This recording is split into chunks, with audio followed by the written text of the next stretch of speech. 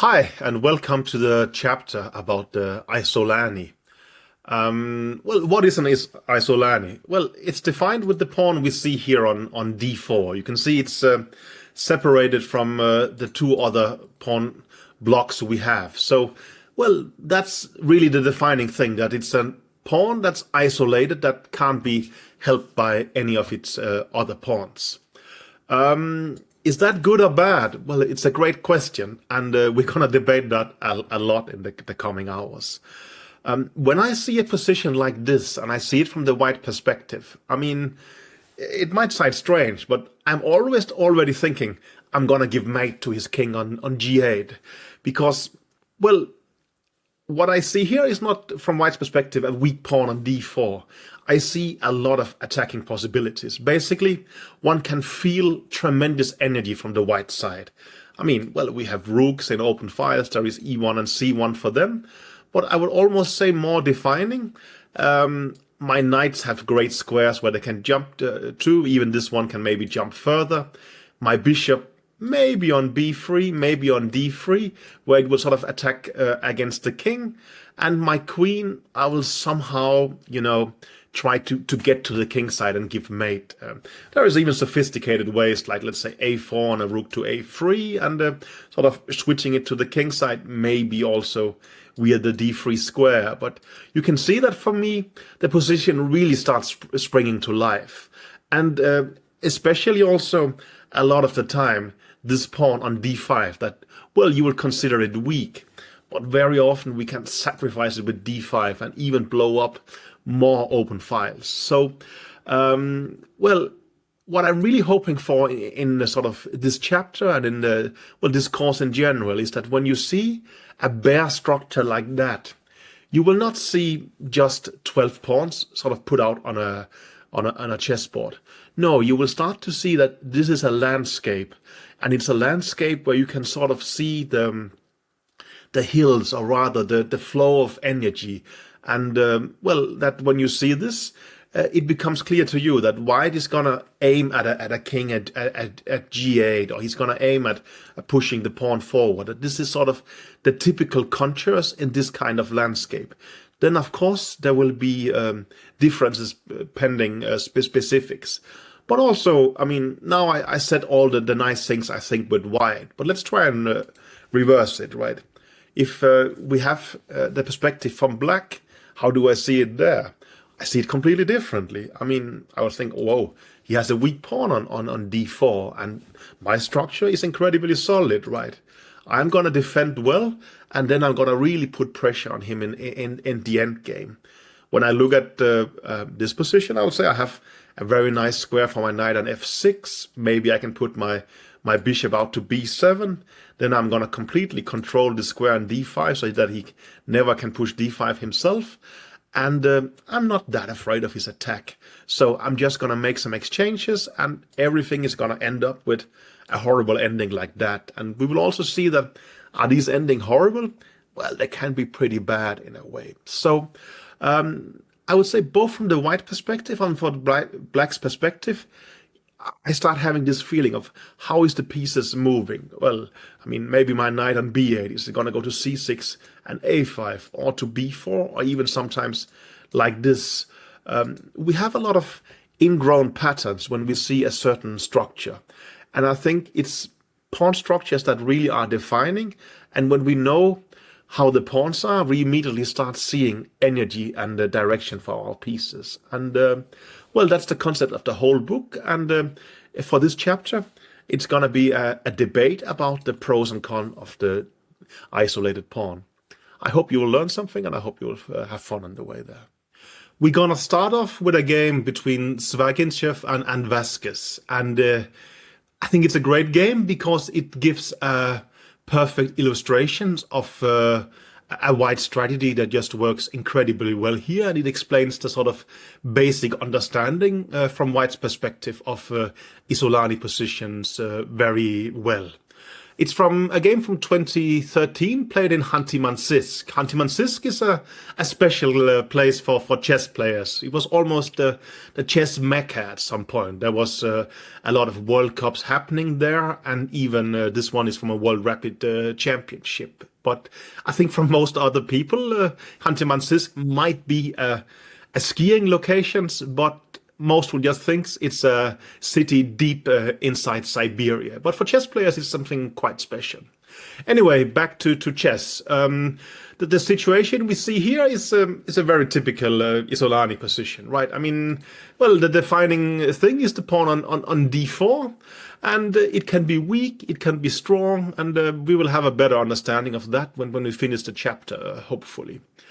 It's a very, I think, straightforward positions in terms of, you can see that the light the light pieces has gone to very natural squares, right? I mean, the knights are on its very sort of typical places, and so are the bishops. I mean, both players perhaps have difficulties developing this bishop. At sight, you would argue, it's black bishops that's weak and white's is good.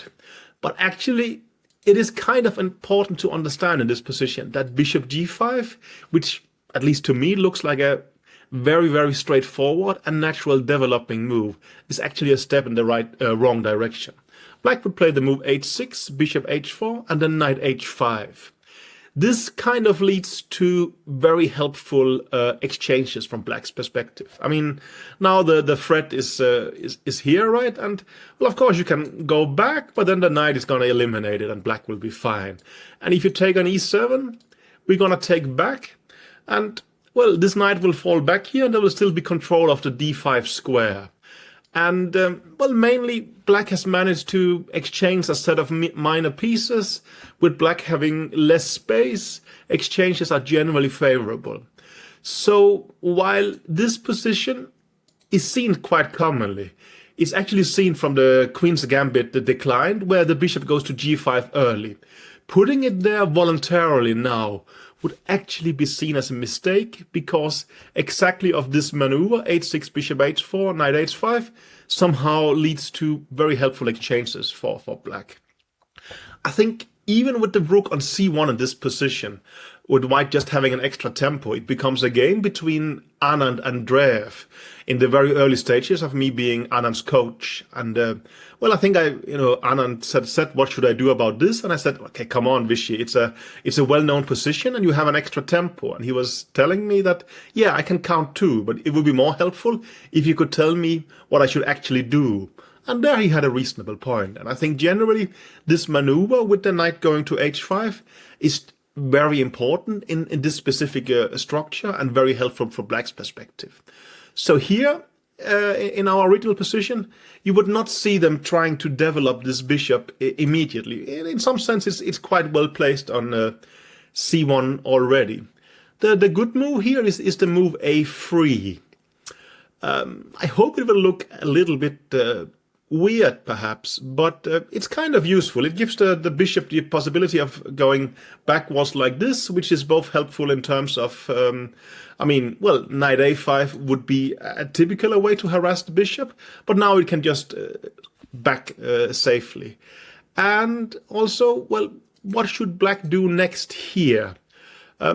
A very normal plan would be to play a6 and then, well, gain space with b5, and then, the bishop can go to b7 next, right? It becomes very harmonious, or at least it looks like that. So this is what Vasquez does in the game, but it really turns out horribly. So bishop goes to a2. Well, you can argue it's some kind of prophylaxis. I mean, black is going to play b5 next, so, well, we get ready for that. And as we can see in the game, it actually stops b5. And black should do something else. But I think the author also points out that in this position, there is like more than 100 game, and almost 50 of them continue with b5. Because this is the very logical way for black to develop, right? And, would black get the time? He's doing quite fine. And I think that's also a key thing to understand, this kind of Isolani positions. It's like black is trying to set up his I don't know if fortress is the correct way, but he will develop his pieces and be ready to sort of counter White's initiative. But sometimes White can strike early, and here he can do it by playing d5. It leads to an exchange at first sight, and generally, I guess the argument would be why, well, White is just trying to make a draw, right? He just got rid of his isolated pawn. That's very logical if you consider the weak pawn, but basically it's considered a drawing mechanism, right? You can see the pawn structure now has become completely symmetrical. But actually, it is much, much worse for Black than it seems. I mean, well, White would threaten to take the pair of bishops. Actually, Black should really live with that. He should play the move rook to a7, and something like bishop e3, rook d7 takes the here. White just have a pair of bishop. He's, as we would say, he's clearly slightly better in terms that it's obvious White is better, but also Black has somehow limited the damage. And here, I think with good play, he should be able to make a draw. But, well, of course, Black's idea is not just to be worse in a boring position. So the logical move here, and the move by far the most has played, is knight takes d5. But now comes a very impressive move. Queen takes d5. It would be considerably worse to take with the bishop, although I guess for most this would look very logical. But then Black can actually sort of start developing like this, and no immediate harm is going to happen. Queen takes d5 is much more powerful. The key point is that, well, it looks like, you know, Black can just exchange queens, right? But after queen takes d5, bishop takes d5, there is an imminent collapse because we are threatening this knight, and you can't move it because then something is going to hang on a8, and if you defend it, well, then there is this very simple tactics, takes and here, and game over.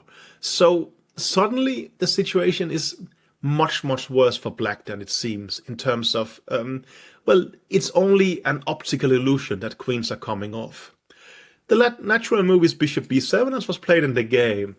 And now Black does threaten to liquidate take on d5, put the bishop on f6, rook into open files, and we will gradually make a draw. But it's White to move, and he plays the clever move queens to h5.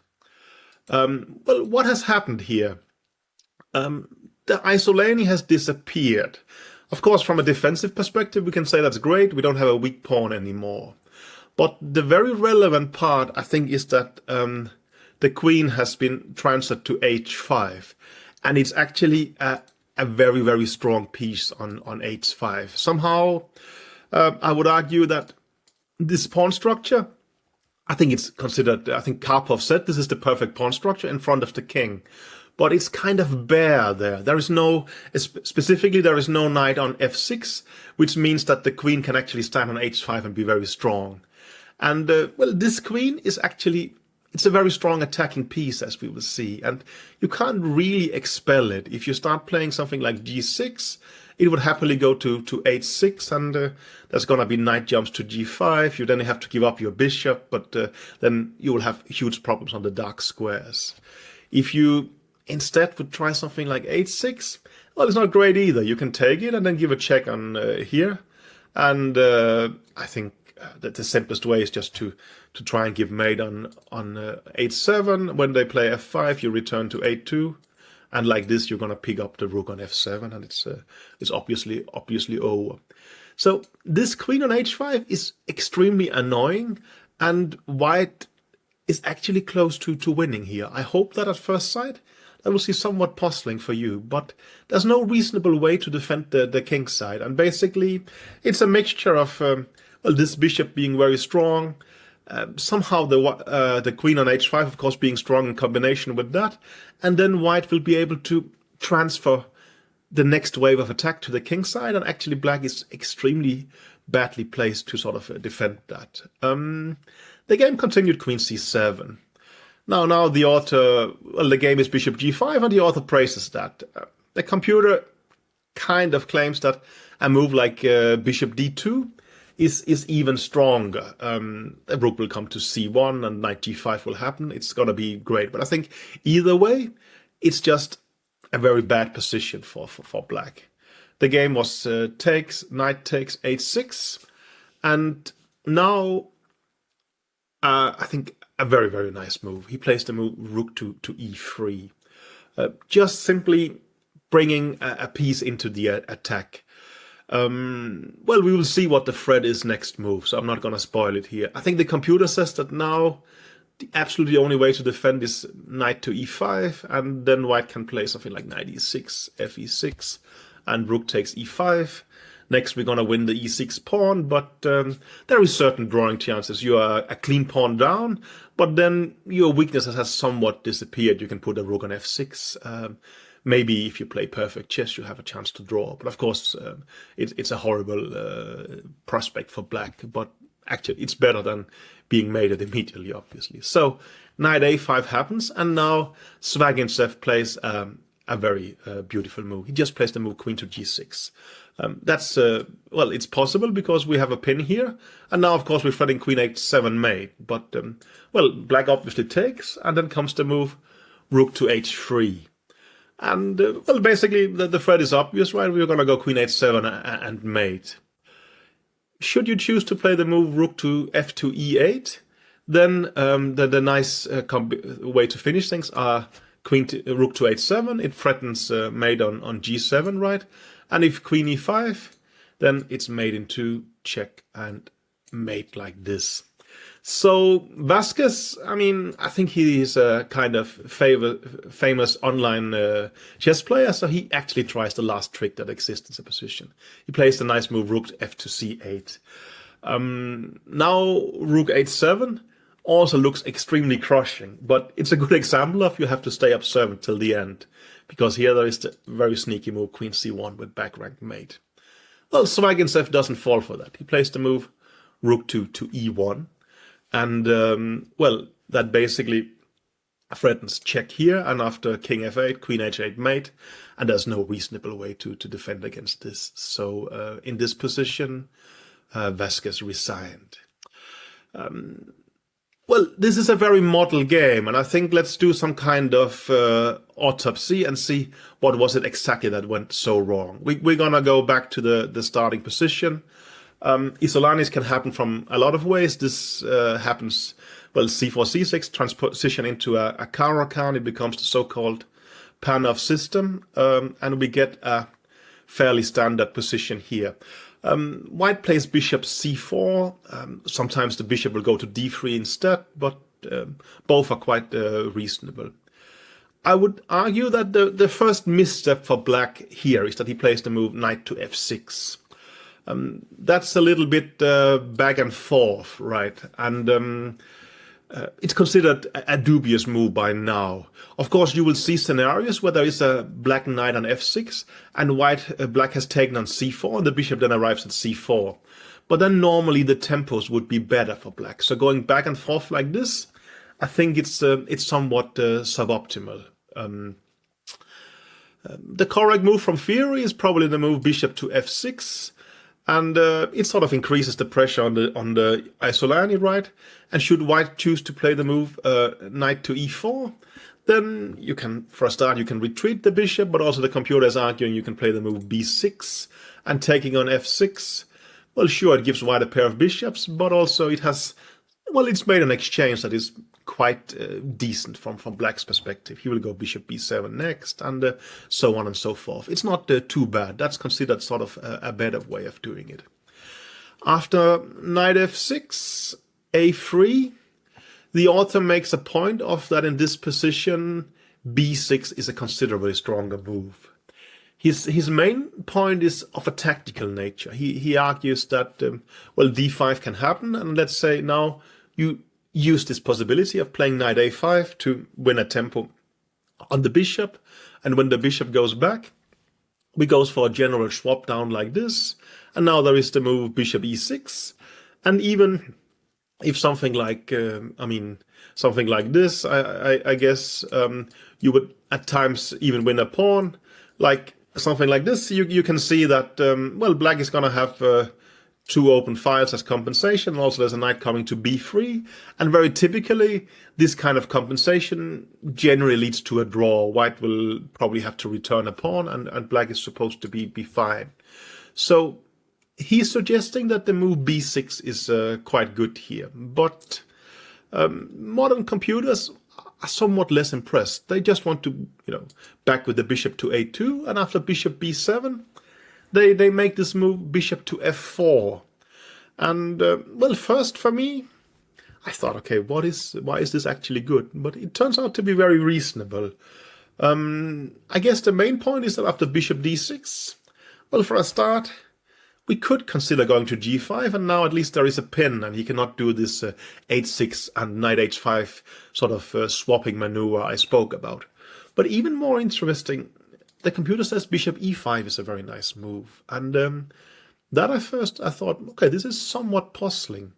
But, well, it's actually rather nicely played there. I guess, it is annoying, right? I mean, suddenly we might take on f6 and play d5, or we might take and play knight e4. Black has to stay somewhat observant. He can't, he can go knight to e7, but then at least he has to consider we take on f6 and double his pawns. And should black choose to take here, then let's say you can't really start swapping down and put a knight somewhere like this, because a move like rook d7 is going to be annoying. So strangely, in this position here, bishop d6, bishop e5, I thought it's a very useful and interesting concept. And in this specific position, it seems to be very nice having a bishop. You understand? It will happen extremely rarely, but well, it's useful to understand. And we will go queen e2, rook a d1 if black doesn't really try to disturb us immediately. And well, somehow. I think the author has a point that instead of a6, as we saw, did very badly in the game, b6 would be better, but it's actually not great. And I think the real culprit, if we go back to rook e1, knight f6 here, is it's too much. I mean, black is still solid, but white is ahead tempo-wise, and we saw that illustrated well in the game. So we start off with a game here where we really see white's perspectives, and we see that white can quite often actually exchange in the center and use this to his advantage. So, I mean, the d5 break, don't see it only as a drawing weapon. I mean, if you are, let's say, with colors reversed, black would often try to play d4 and swap down to a draw. But from the white perspective, d5 can actually be a very aggressive attacking move, and Swaginchev showed us that in an excellent fashion. Our next game is Husman against Aronian from Plovdiv 2010. It's a very nice game, but quite different from the previous one in terms of that here black uses the Isolani in a somewhat more unusual way, I would argue, and that's actually quite typical of Aronian. Aronian we all now know as a world elite player for plus 10 years, but I used to play with him in the Bundesliga. We played for the same team, and well, even before he was high rated, he still kind of, acted like a star. I mean, well, I was higher rated than Aronian at the time, but of course he would play board 1 for our team. I mean, he was Aronian after all, right? And but somehow he was capable of banging it up with the action. I mean, in the evenings we used to play blitz, and I think at some point he beat me 10-0, right? And well, how can you not have someone who beats you 10-0 play above you in the team? It doesn't sort of no, he was a little bit arrogant, but in a very funny and friendly way. And I think we all got to appreciate him both as a person, but also as a very creative player. And he basically made it to the top in the world. At some point, he was considered almost favorite for some world championship tournaments, but they didn't pan out for him. But he's been a sort of loved character in the top of the chess world for plus 10 years. And this game shows his strengths very well. He's having the black pieces here, and well, you can say it looks like a fairly typical Isolani position, but perhaps, I mean, this knight on d7 is somewhat oddly placed, and maybe also we would argue that bishop at d2 and queen c2 is a little bit weird. Husman's next move, a3, is just, it's kind of a misunderstanding, but perhaps at the time, this line was not developed so well, and black takes back with the bishop on c5. A very I mean, you could argue that maybe the knight would like to take back on c5, and that is exactly why Husman chose to play a3. But I think later Carlsen himself in this position played the move e3 against Ivanchuk, and it became a more balanced position. Basically, you can see that well, white is just saving on not having to play this move a3, right? Anyway, back to our main game. So a3 takes, e3, and Aronian plays a6. That's a quite useful move. I mean, we saw it in the previous game. You sort of you get space for the bishop here, you get it out of the way, and that can be quite useful. But actually, the computers is suggesting that, well, you should play the move queen to e7 here, and after bishop e2, knight d5. It generally looks illogical. Why should black start swapping pieces? I mean, well, I think the general concept is that when you have an Isolani, you want to attack, so you want to keep a maximum of pieces on the board to sort of use your space advantage and cramps black's position. But here circumstances are just pretty favorable for black, and the computer says after castling bishop to g4, black is already actually slightly better. And well, you can grasp the logic. I mean, we are threatening to take on f3, leaving him with a double pawn. And should he take here, we're going to take back with the queen, right? And, well, keep exchanging doesn't really work, because then we're going to have a mating threat on h2, which is going to be uncomfortable. We have to start playing g3, but then queen h5, we have to play h4. That's not nice. Next, perhaps we would back with the bishop to d6, so sort of again threatening on h2. Somehow, in this position, the development works well for black, and I would also argue that well, these pieces start to be more misplaced, and it's not like black will succeed with an immediate assault on the white king side in terms of it's gonna be made, but white will have to make some unpleasant concessions, and the computer just says you know, it's pleasantly better for black. But Aronian played the move a6. After bishop e2, he played b5, getting some space, castling bishop to b7. Generally, I guess we would make a case for that the bishop doesn't really belong here, right? It's shooting into your own isolated pawn. Of course, we are dreaming of releasing, this one and opening the diagonal like this. But, well, the d4 square is extremely well protected, right? Right now, it seems unlikely that we will carry through this thing. So obviously, white's concept is very much to try and stop that. But looking a little bit deeper, I think the bishop gets, a little bit out of the way. You start connecting the rook. And as you see in the game, there is a potential for d4, but also it's just somewhat developed there. And while, it could perhaps be better on g4 or some kind of other square, b7 is actually not that bad at all. Husman now starts playing under the wrong assumption that he's slightly better. What he should have done was to realize that actually black is perfectly fine here, and he should play the move b4, bishop d6, and then a4, basically trying to swap down on the queen side. I mean, he wants to assure that I would almost say that all these four pawns disappear, and it becomes a very, very, very drawish structure like this. I think computer is giving something like this: rook to c8, queen up here, and maybe something like this. And I think soon we can expect some kind of exchanges where, I don't know, b4 would fall, or they will play b5 and there will be an exchange, and it's going to lead towards a likely draw.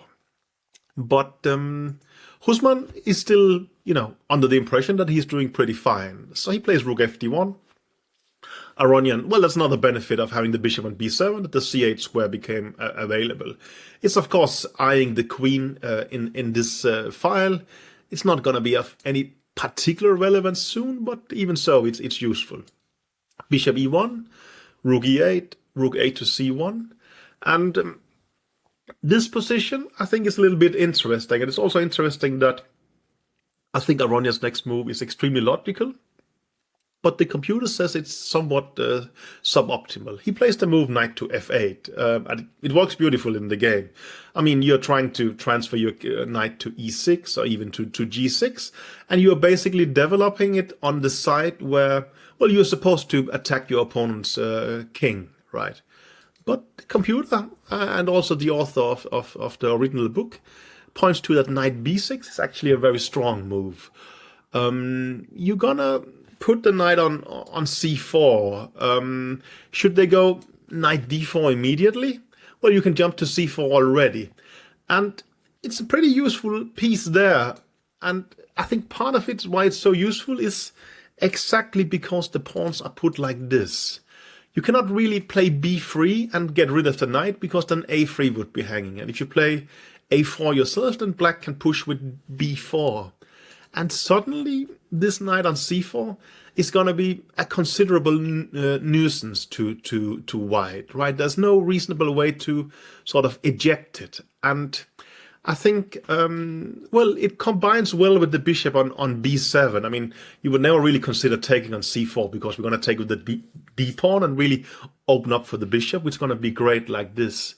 And it's just, it becomes very unpleasant. So I would say knight b6, it's a very interesting concept. It's basically, well, you're surrendering the d4 square. You're saying, okay, I don't care, you have control over that, but then you start playing around it. And I think we see it quite often with when white has the Isolani, this happens. But here, you could do it in a very similar way. And the computer thinks black is just comfortably better. And I think a lot of it has to do with these two bishops, right? They are somewhat passive. And also, while maybe, you know, it can feel somewhat passive that all our pieces are protecting this pawn, it is very well guarded, and white really has nothing else going for him except for this pawn, right? There's no way to naturally develop the white pieces. So I really thought that, you know, the knight on b6 is a very, very interesting theme here, jumping to the c4 square, but perhaps it's somewhat specific based on this pawn structure. And when we see even a creative player like Aronian chose to do the knight to f8 instead. Here, Husman keeps playing like he thinks white is slightly better. He should really do b4 now and then just try to get things exchanged on the queen side. He could even be moderately better. The computer is giving something like this. We take on b4, takes here, and let's say swap down like this. And I'm sure black is supposed to draw this rather effortlessly, but we cannot argue against that white is slightly better, right? There is the square here on d4. b4 would have been a much, much better move, but Husman plays the move knight d4. I mean, Husman is a very well-respected player and especially well-respected coach. He was the coach of Gelfand for a long time, including his absolutely best years. So there's absolutely nothing wrong with his chess understanding at all. He's a really great player. But here he is a little bit too optimistic and gets punished by a young Aronian. So queen goes to b6. And, well, again, you see this very clear logic in white's plays. I mean, he's managed to occupy the square in front of the Isolani. He thinks the pawn here is weak, and he pushes a bishop up, attacking it. A very logical narrative. Unfortunately for Husman, it's also wrong. Better would be something like, let's say, queen to d2, and after knight e6, basically Aronian starts dissolving his isolated pawn.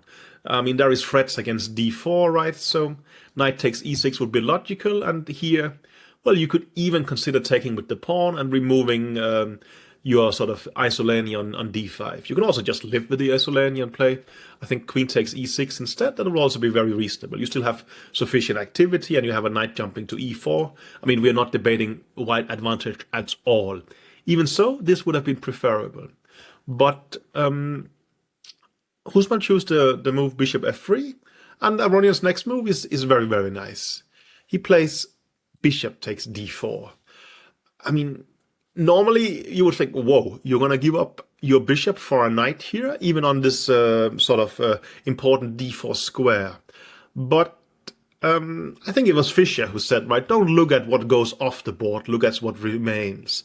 And what remains here is that, well, you don't really want to take with the pawn, right? If you take with the pawn, it becomes sad. Now suddenly there's no Isolani anymore. You're going to have a bad bishop on e1. Black is just pleasantly better here. So, of course, Husman took with the rook. But then knight e6 happens, and suddenly Black starts to release the potential of his position, right? I mean, the knight here is threatening to take on d4, obviously. But more importantly, when this rook disappears, he's going to push d4 next. Husman chose to go to d2, and logically d4 happened. Husman is a bit unlucky here because he's actually, calculated things quite well. I mean, his idea is that he can play bishop takes b7 in this position. And this tactic, taking on c3, takes on c8, takes back, it actually works because suddenly now there is protection of the bishop on c8 and white has an extra pawn. But unfortunately for him, after bishop takes b7, Aronian has judged it better. He just takes back with the queen. And when he takes the pawn on d4, sure, it has become a pure pawn sacrifice. But Black's compensation is brilliant. He plays the move knight to e4. Well, it hits the rook, right? So this logically has to go back. And after rook d to d1, he plays the move knight f4. This threatens knight takes c3, followed by queen takes g2 mate. This is quite simple to see. But after the move d5, at first sight, you get the impression it's not too bad. Well, unfortunately, they can win an exchange like this, but even here, well, we have a strong bishop, we have a pawn on d5, at least we're gonna fight on for a while. But you get this impression of Aronian's confidence when he doesn't take the exchange. He actually plays this very nice move, a5. He simply starts to undermine. He's threatening the move b4, and suddenly this is much more than the black position can take. The white position can take. He plays queen b3, but after b4 takes, you're undermining the e2 square under much more profitable circumstances. I mean, well, you take on e4, it doesn't really make a difference. We take and we give a check and take like this, and it's completely game over. The knight on e4 and the pawn on d5 is going to be hanging in this kind of sequence. So Husman played the move knight to a2, and just a check happened, and he took the rook, and basically, like this, it's hopeless. We can stop here, and Aronian won a very great game. I think from a chess perspective, we learned quite some things in terms of that. Even this kind of very, I would say, different kind of, let me have a position like this, that a different kind of Isolani structure where it doesn't look at all like you will carry through the move d4. It can actually happen anyway. And part of the reason that this happens anyway is, I would say, the inactiveness of the white position, that just being able to block the black initiative in a very direct sense is not enough. You also need to have some kind of play on your own. And I think this position illustrates it quite well, because white's position is very solid. You can see decently reasonable functions for all his pieces, but he lacks any kind of positive play. So just blocking the isolated pawn is not really enough. I think also we got to understand that the bishop on b7, well, it looks silly, but somehow it's a bad bishop protecting an important pawn, and somehow having d5 covered, it means that Aronian could sort of regroup around it and then start to attack. So I thought this was a brilliant game. And, well, for me personally, perhaps also it was a lesson in that, well, you can be a great coach like Husman, but when you start getting a little bit older, you will get horribly pounded by the young players. So I haven't played a chess tournament for 10 years, and this is perhaps a little bit of the reason that I'm not too keen on being beaten up instructively by young kids. I would much rather do videos for you. Here we have a game between Wojtaszek and Fressinet. It's a very interesting endgame, but I would like to talk a little bit about the two players first, because not only are they two very close friends of mine, they are colleagues for 10-15 years. Wojtaszek, who plays the the white pieces was an integral part of Anand's team, and so was Fressinet for Carlsen's team. And as long as Magnus was, competing for the World Championships, I was working very closely with Fress. I hope I'll be able to talk about both of them at some point during this video series, but here I will, use the opportunity to diss Fressinet a little bit, or Fresh as we call him, because, I mean, in this kind of World Champions teams, you will always find some kind of competition to a certain extent. And I think with me and Fressinet, there definitely was very, I would say, friendly tension in terms of I think we both thought that we are the clearly better chess player than the other. Not in practical terms, but let's say in kind of chess understanding in a way. And result-wise, I have absolutely nothing to back it up with, because Fressinet is one of the luckily few players that I have lost to every time I've played against him. And he's just a stronger practical player than me. There's not much to say there. But when I say stronger practical player, you can always feel that I'm starting to defend that my chess understanding is better than his. So in that sense, this is a very great game fragment, because Fressinet basically have a very sad position here. And it's good to have friends who like Wojtasek, who can uphold my general understanding of Fressinet, where I'm completely incapable of doing it myself over the board, right? Anyway, why is this such a nice position for white? Well, we have the Isolani, which is here generally just a weakness. We have reached the endgame stage, and the general point of the Isolani is the activity that comes with it. But for this activity to be relevant, you need to have more pieces, ideally also the queen, in order to actually sort of construct an attack against the king on g1. But that's obviously not going to happen here at all, right? I mean, black doesn't have any relevant attacking resources, so basically this is a purely defensive task for black. To make things even worse for black, white possesses the open file, and he has a nice knight on f4, which is ideally placed to attack the pawn on d5.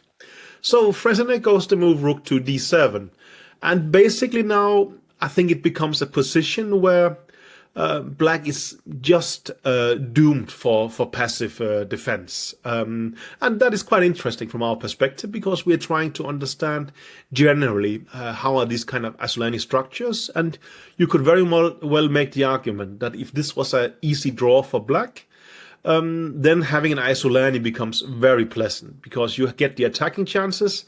And should you, unfortunately end up in a worse ending, it's an easy draw.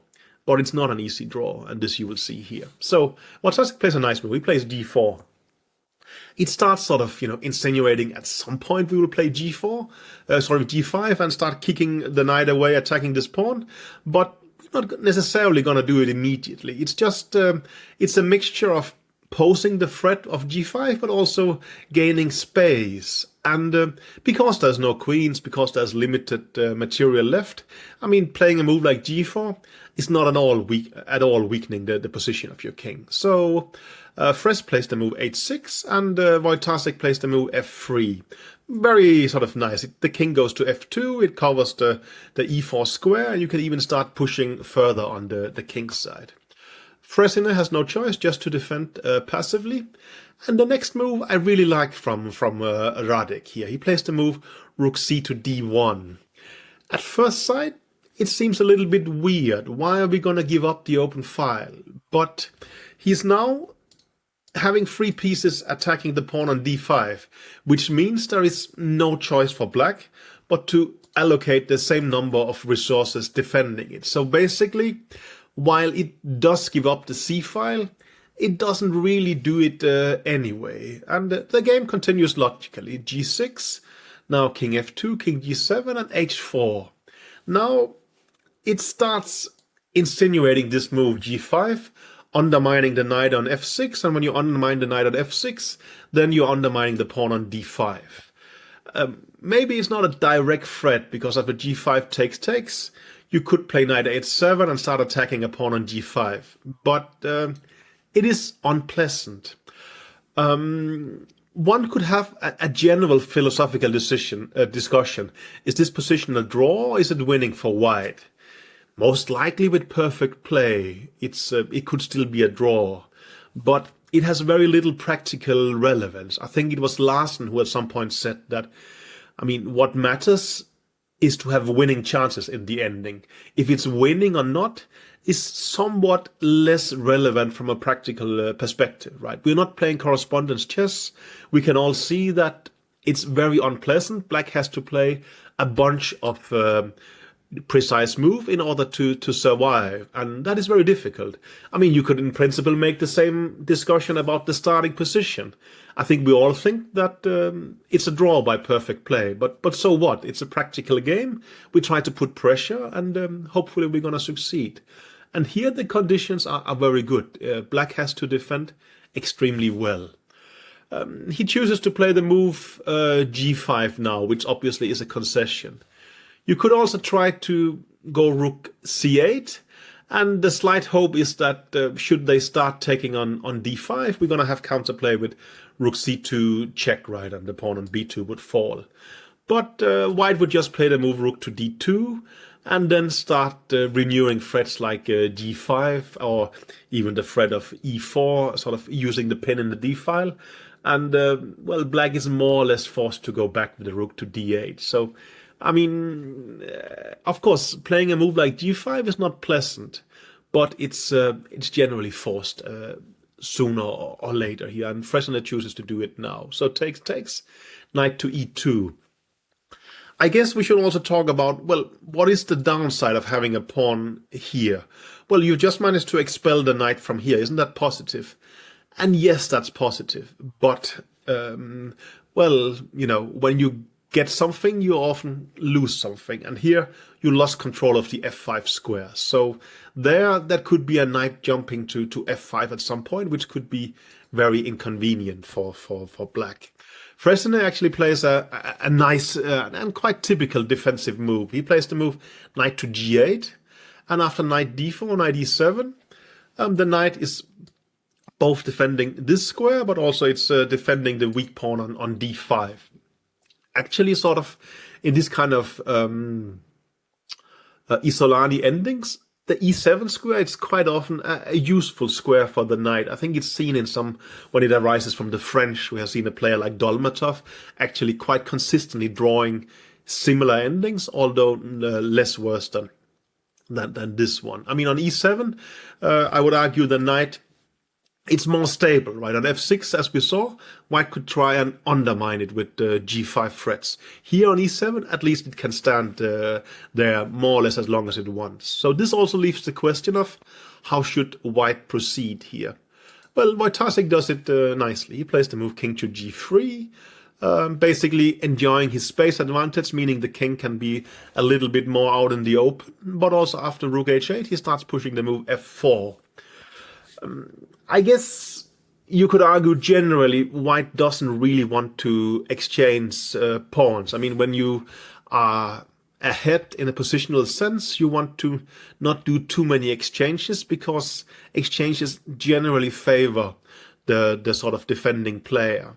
But it's also like, if you need to win a better position, you have to break some kind of holes. And, well, for that, exchanges can be necessary in a way. And I think, well, I think also, I keep referring to Larsen, but that's my sort of mentor and an idol, that he says that, well, the process of breaking down your opponent's position, there might be times where it looks a little bit ugly. And maybe this is one of the places. I think it would be possible to take like this, but the nice thing about this exchange is now that the e file sort of becomes open. So let's say a6, something like rook e1. It is also a very pleasant position. This idea of, you know, a theoretical debate, is this a draw, is it a win? I think it makes little sense. It's obviously a very pleasant position for white. There's even the slight tactical trick of rook takes e7 here. So Fresnel plays king to g6. Now maybe Radek should actually have played f5 check and kept more sort of pawns on the board, but he plays the move knight to f3 instead, and is also quite reasonable. You have to take on f4 now, let's say f6. Well, that becomes a very simple tactical trick. So it takes on f4 and takes back.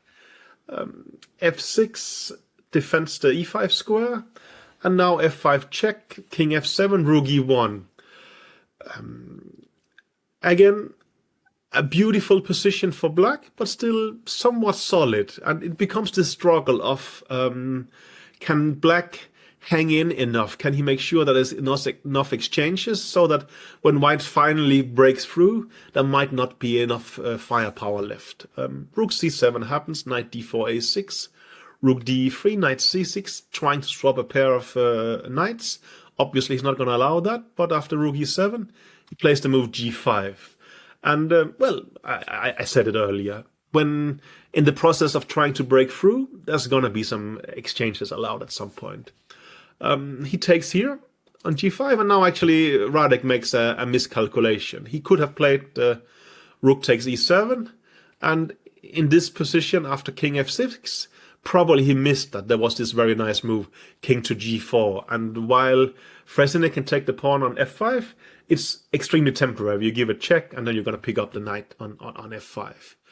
Radek chose to play king g4 instead, and well, here after rook h1, I think now there was the strong move, rook e4 check, king takes g5, rook to e3, and black creates counterplay just in time. I think basically this phase illustrates quite well what I was talking about, that well, white has a much better practical position. It's borderlining winning, borderlining black can draw, and it just becomes an interesting struggle. It's going to be decided of who plays best.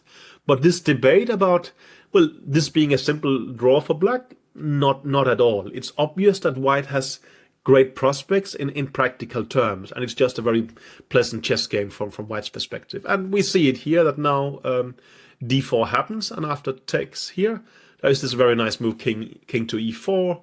We're threatening a check here. It's basically horrible, and I think the game was d3, check, king f7, and now a very nice move, rook to h3, and it's just going to win the pawn on d3, because you can't really go rook d7 because of rook h7 check, king e8, knight f6.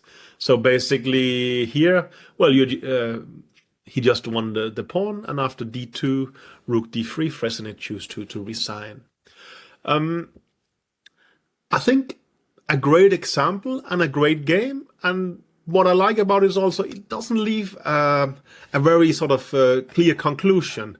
I mean, well, can I tell you white is winning here? Not at all. Can I tell you black can make a draw here? Definitely not either.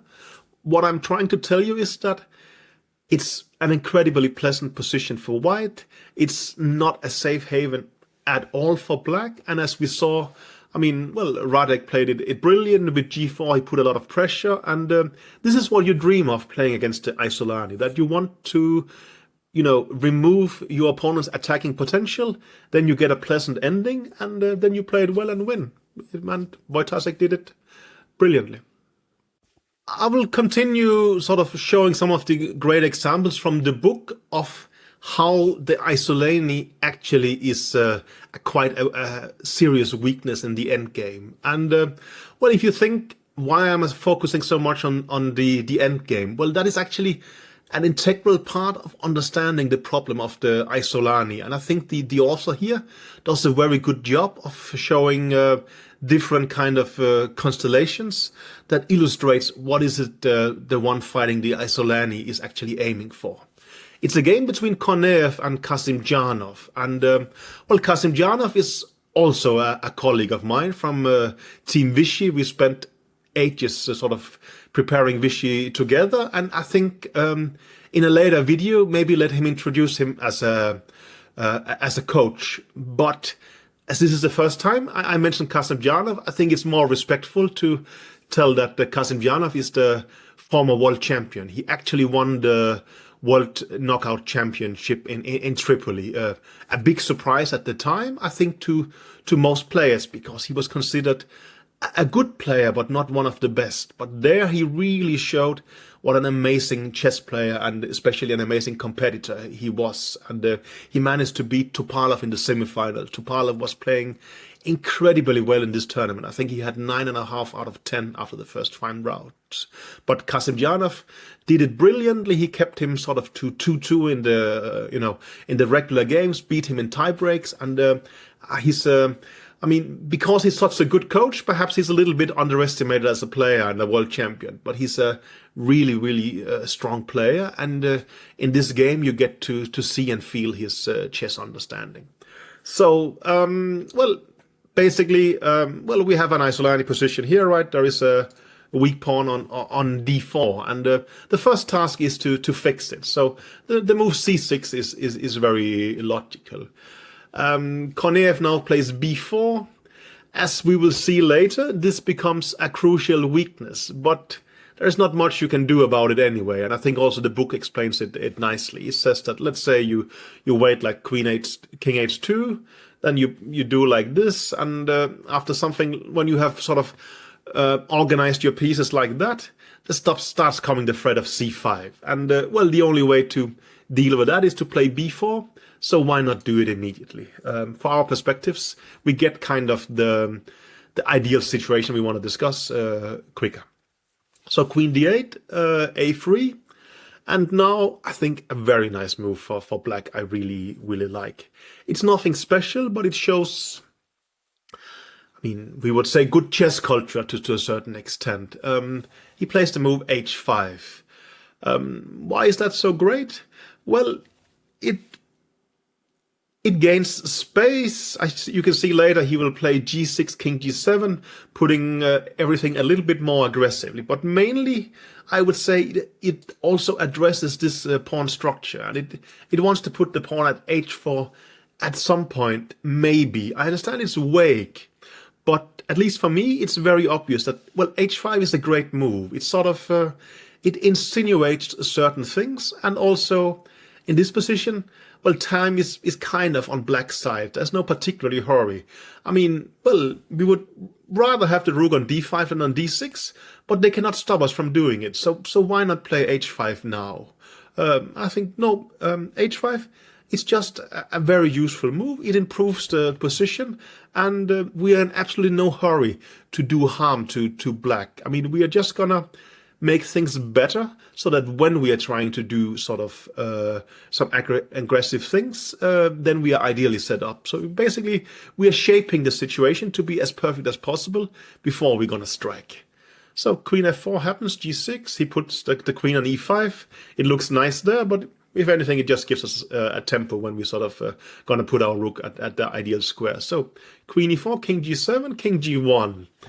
I mean, you can argue now both sides have set it up kind of ideally the way they want, right? I guess one should mention the king on g7. Is it slightly unsafe in terms of, well, would it be safe on h7 or g8?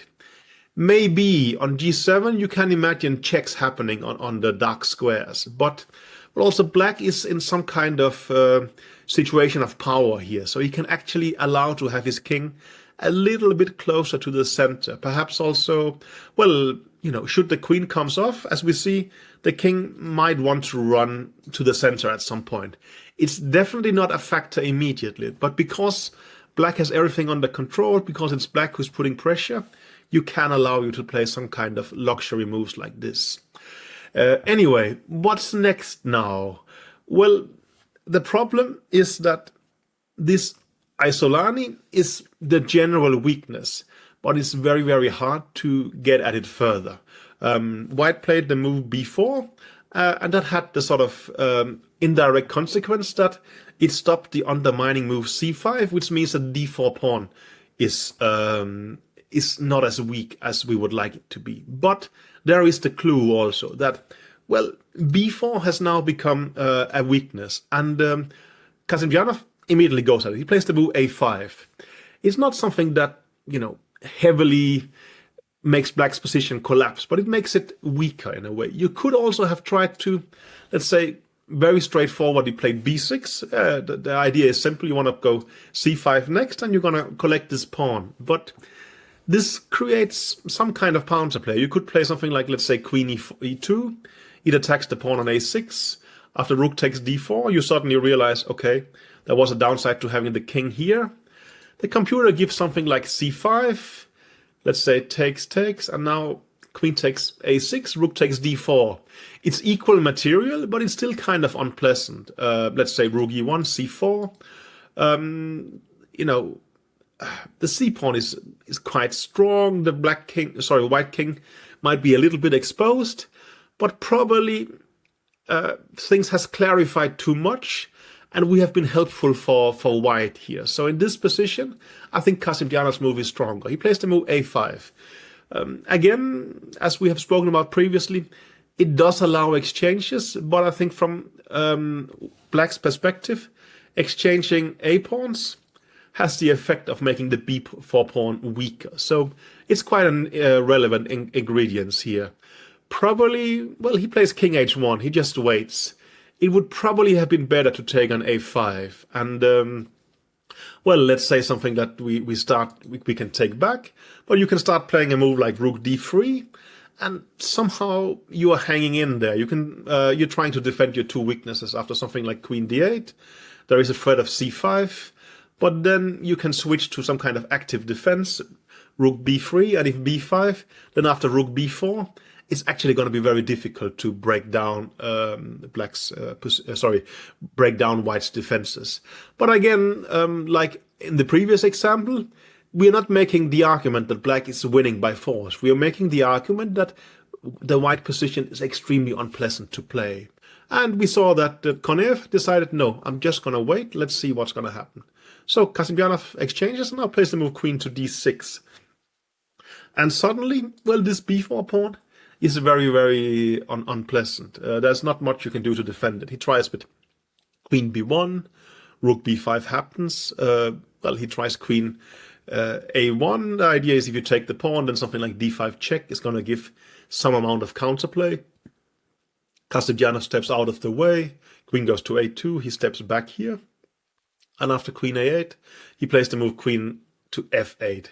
Actually, I think the author is a little bit too critical of Kasimdzhanov's play. I think the modern computer says, no, this ending that happens now is actually still very winning. So the game goes on like this. We see that the black king is much closer to the center. So king g1, king d6, king f2. And now, actually, well, Kasimdzhanov goes on to win the game, but the author makes an interesting point here, that after king d5, king e3, king c4, it's surprisingly difficult to win after rook c1 check, king takes b4, and now the move h4. You're gonna get counterplay with g4. I mean, at first sight, to me it looks, this must be completely winning for black, but actually, the king is not very well placed on b4. I mean, you cannot play, let's say you play rook d5, there's going to be a check, something on b7 is going to drop. It is surprisingly awkward in this position, and the move g4 is going to create a lot of trouble for black. Kasim won anyway, but I think in terms of just for chess understanding, we should go back to this position and see what the computer says. And the computer says that if you play the move h4, it's basically strategically bust. We're going to do this next. And should the king, I mean, if we do the exact same line, something like this, well, then you don't have the move h4 followed by g4. And I think we can just start retreating our king a5 to b6. We'll put the rook on g5. And it's a completely hopeless scenario for white. So h4 here is... I mean, a nice touch. I'm sure that perhaps Kasimdzhanov was low on time and he won the game anyway, so no big harm done. But that would have made it even a more perfect example. But I think generally summing up, same conclusion as in our previous example in this kind of scenarios. Endings are going to be very unpleasant for the one with the isolated pawn. Unless he can basically sort of draw instantly, he's in for a very, very hard defense. If the position is objectively drawn, objectively winning, is impossible to tell, but also it lacks practical relevance. There is considerable winning chances, and it's much more pleasant for the one to play who fights against Isolani. And well, we saw it here in the game. White has some chances, but it's black who puts pressure. It becomes very, very difficult. So I think a great example by the author and great play by Kasimdzhanov. I think this is a quite cool feature of the book that, well, the author sort of is playing around with general understanding, and he just had an example that was almost the same, right? He had a pawn on c6 there, but now he moves the pawn to e6 to try and understand, is this just as pleasant for the one playing against the Isolani, or does it make any kind of difference? And I think this is kind of how chess understanding develops, that you become curious and you start experimenting. He doesn't have a concrete game here. I actually think there is an old game of Kortnoy against Karpov from the World Championship match in Baku. But I think this example is even clearer. So it's actually a pretty good choice that he decides to sort of put it up himself. We see White playing f4 here in his example. And well, that's very logical, because kind of a part of the winning process is that should White just stay calm, at some point Black will play e5 and basically just undermine the weak pawn.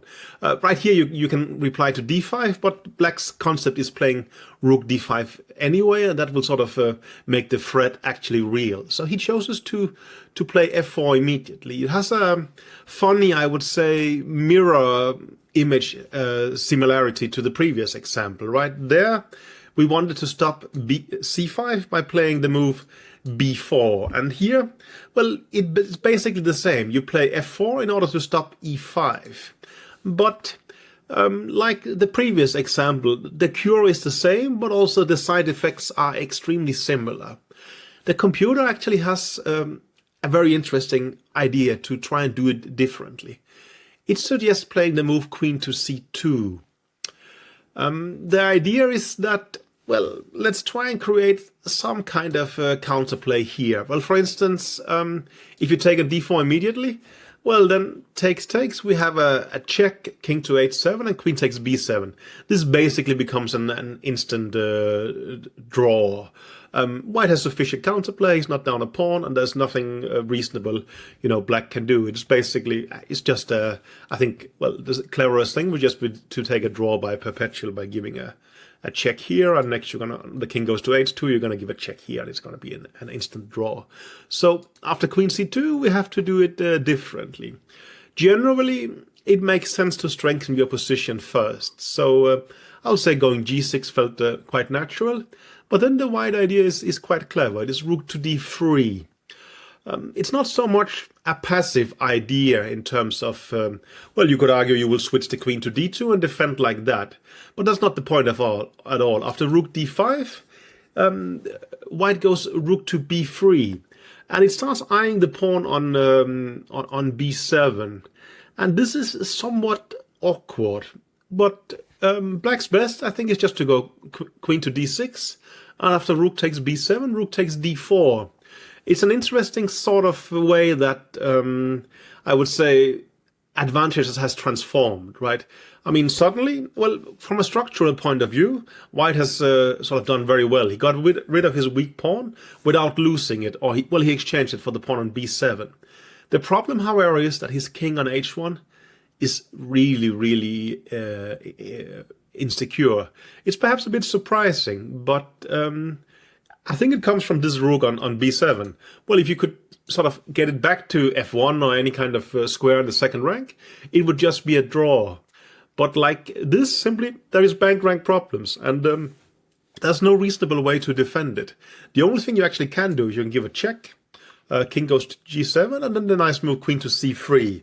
It sort of pins this away, and it exploits that should you play e5, which would be extremely logical, then you don't have the threat of queen or rook d1 mate anymore, because the white king can just go to the h2 square.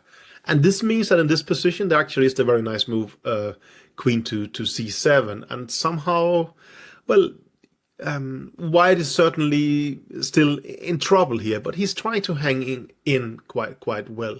So after queen c3, I think the computer is giving this nice move g5. It's generally creating space, but also you want to go with your king out of the pin, and then you want to renew the mating threats. And it's still a very unpleasant position for White, no doubt. I think it's borderline on sort of, can it be drawn, or is winning? I think we're sort of this kind of gray zone there.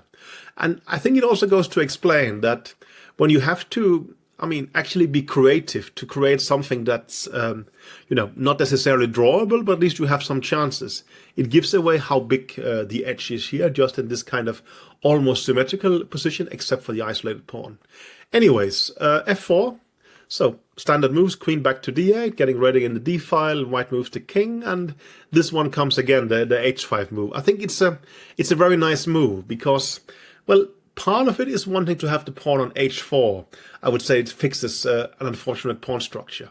But having the pawn on h4 also basically ensures that the pawn on f4 is going to be a permanent weakness.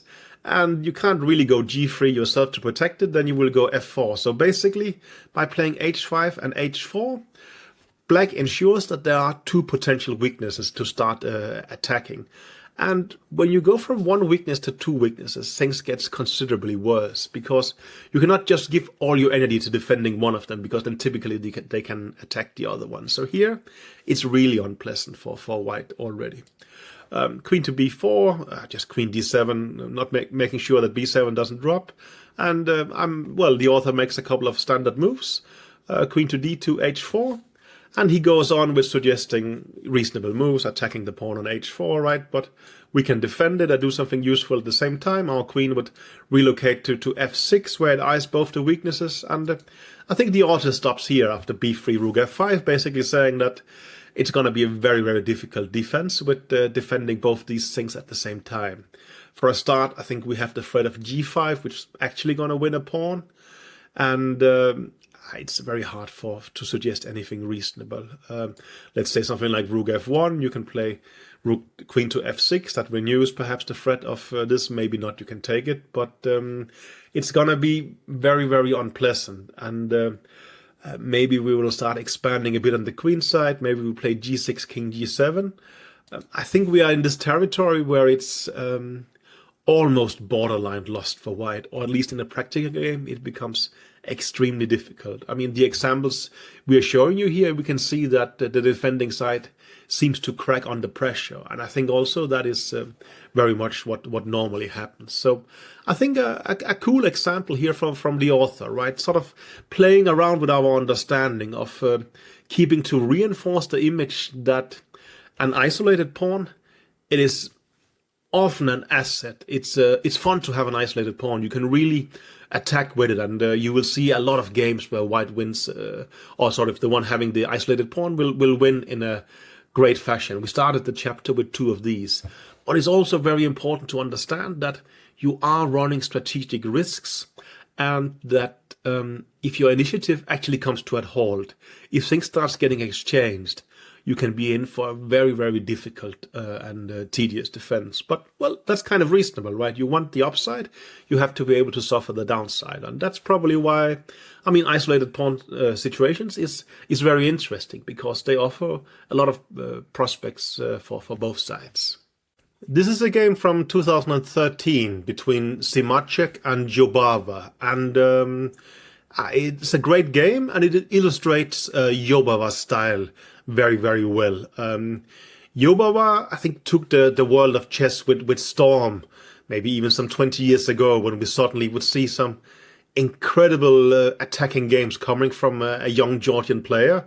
We had no clue who was. Now, well, we had him around in the world of chess for 20 years, and we'd gotten used to seeing this kind of, I would say, almost extreme character, because some point he will play a amazing games, pushing sort of the limits on how we think chess can be played, and other times it will go less well, obviously. You can't sort of live that much on the edge and be successful all the time. I mean, generally, he will tend to almost violate principles, or perhaps he was just modern before it became, even cool to be modern in some way.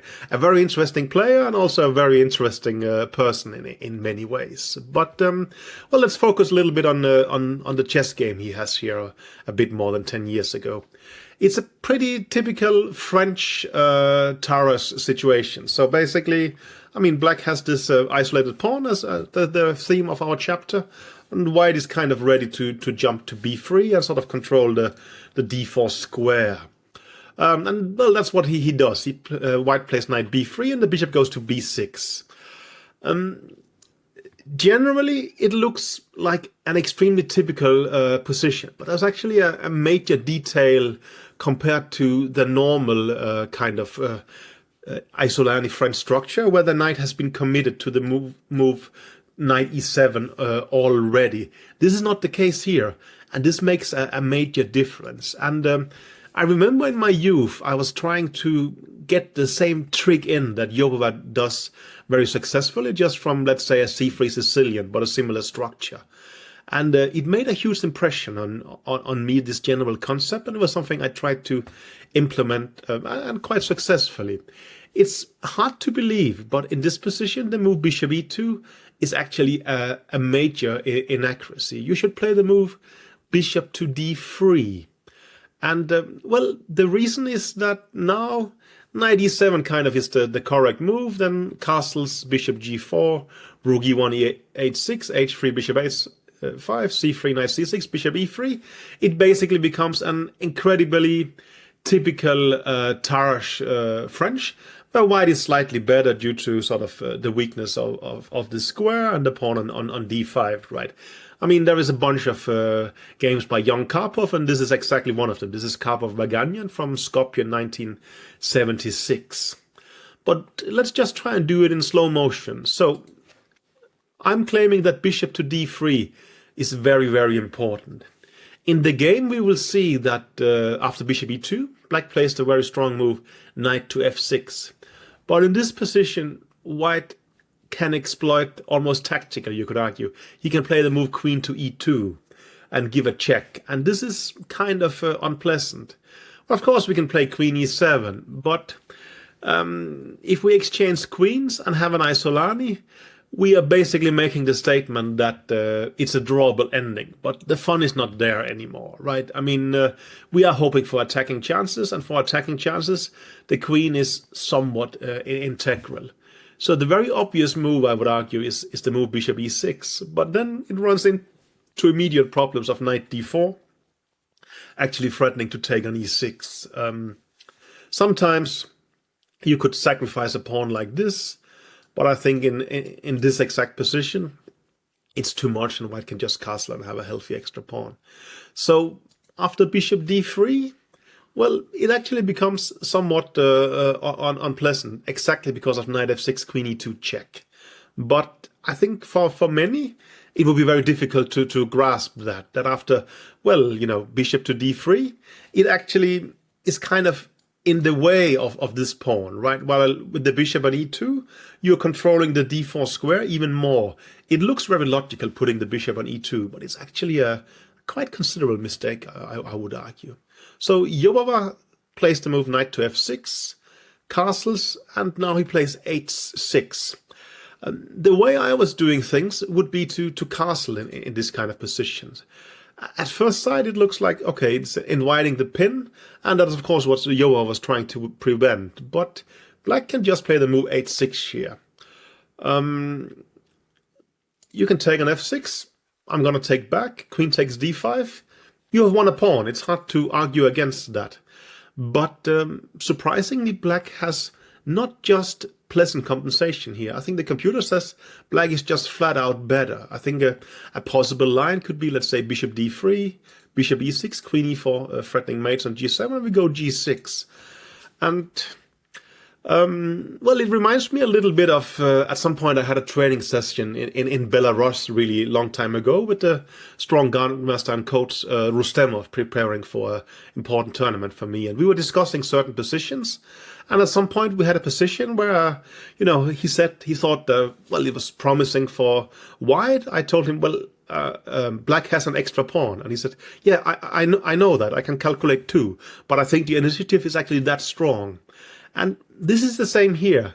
It's so hard for me not to look at the position and say, well, white has an extra pawn and no particularly weaknesses. But for a computer, it's easy. Rooks comes to d8 and e8. And, well, the queen on e4 is a weakness. You'll have to start running backwards. And, well, of course, we can all count. White has an extra pawn. But the initiative seems to be more important than that. And no, I mean, if you don't believe me, turn on an engine and try to defend. You're not really going to succeed. I mean, maybe you will only be slightly worse. But it is quite fascinating for me that while this looks like a decently healthy position, a pawn up, black actually has a major initiative here. Perhaps the knight on b3 is misplaced and things like that. And of course, also the pair of bishops is strong. But I thought this is a very interesting concept. Going back after h6, another thing that really impressed me was that after the move bishop h4, you are just happily going to play the move g5. I mean, no fear of weakening your king or anything, because after bishop g3, you're going to jump to e4 like this. I mean, well, if you get the chance, you'll go knight c6 and f5, and this bishop at g3 is going to be in trouble. So a reasonable move could be bishop e5 here, but even something like this, knight c6, bishop d4, takes, queen to d6. We're just better with black. You can say I have an isolated pawn. I'm not going to disagree. You can say that the pawn here is going to be weak. It's also the case, but pair of bishops, space, initiative, it actually outweighs it. I would say this bishop on b6 is pointing in the right direction. It's important, or it's interesting to understand that black is just better here. But these things made a huge impression on me, and this general concept of Yobova, I'm a huge fan of. But he plays h6, nothing particularly wrong with that, and his game goes beautifully from here. I just wanted to sort of make the point that bishop g5 is less of a threat than he actually thinks. Anyway, so normal development, and like this. The author makes a point here. He says that black is slightly better here, and he's right. I hope it will be a little bit surprising, right? What are the weaknesses in white position? Well, not really there, but they are there to some extent as well. This one perhaps is pointing towards f2. The knight is going to jump to e4, and perhaps reminding us of the first game, Husman Aronian. A huge problem for white is that he is solid, but he has really nothing reasonable to do here. I mean, well, you can put a rook on d1, and then you can start thinking about what am I going to do next. But if you play rook e1, you weaken the f2 pawn. There's no reasonable way to sort of develop in a positive way. I will say that there's no relevant pressure against the pawn on d4. The knights on b3 and f3, well, they're both pointing toward the d4 square. But if they go there, I mean, as a minimum, black can take twice and the Isolani disappears. White simply lacks something positive to do.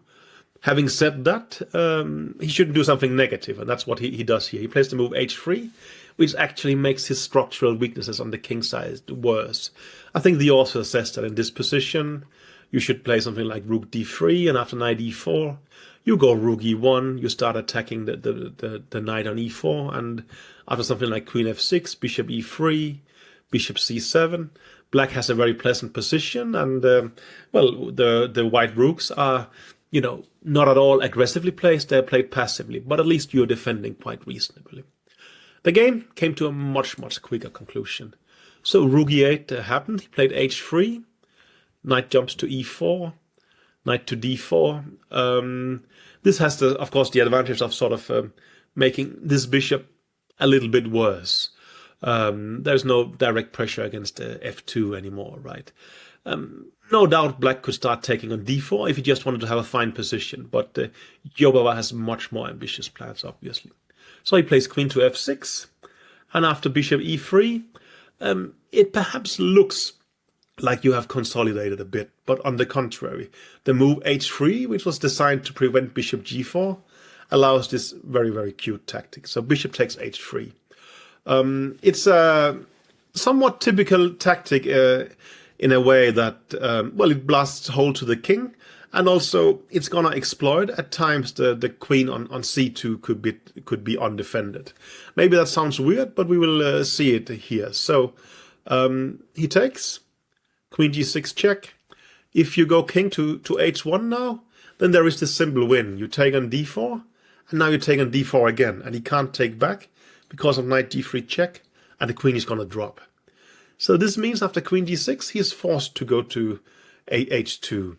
So black gives a check, white goes king h1, knight takes d4.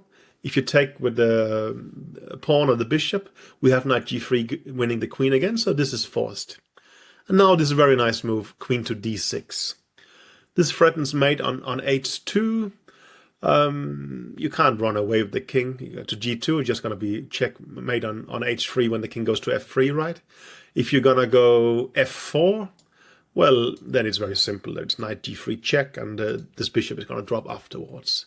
So there's no way other than defending the mating threat like this. But now you can play queen to e6, and there's no reasonable way of defending it. If you go, I would say, king to g2, it's check, the king has to go back, and then it's knight g3.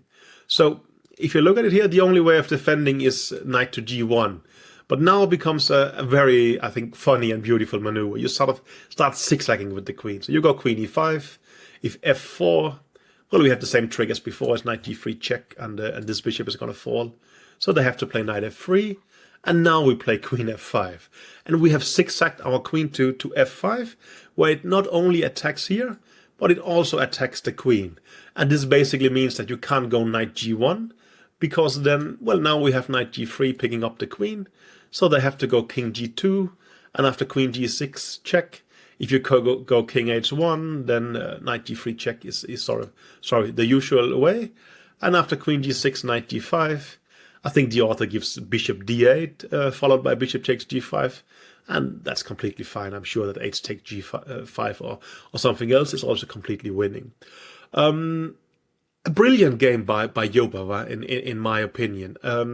I really would like you to pay attention to the move knight f6, or, well, by sort of by logic, that bishop e2 is actually quite a mistake, because knight f6 can happen and become a very strong structure for black. Actually, it's not so much the bishop being on d3, it's rather that with the bishop on d3, you have the possibility to throw a spanner in the works with queen e2. So I would rather say that the general image I would like to take with you is that something like, well, this, let's say, that just this sort of pure logical development is actually very, very pleasant for the Isolani.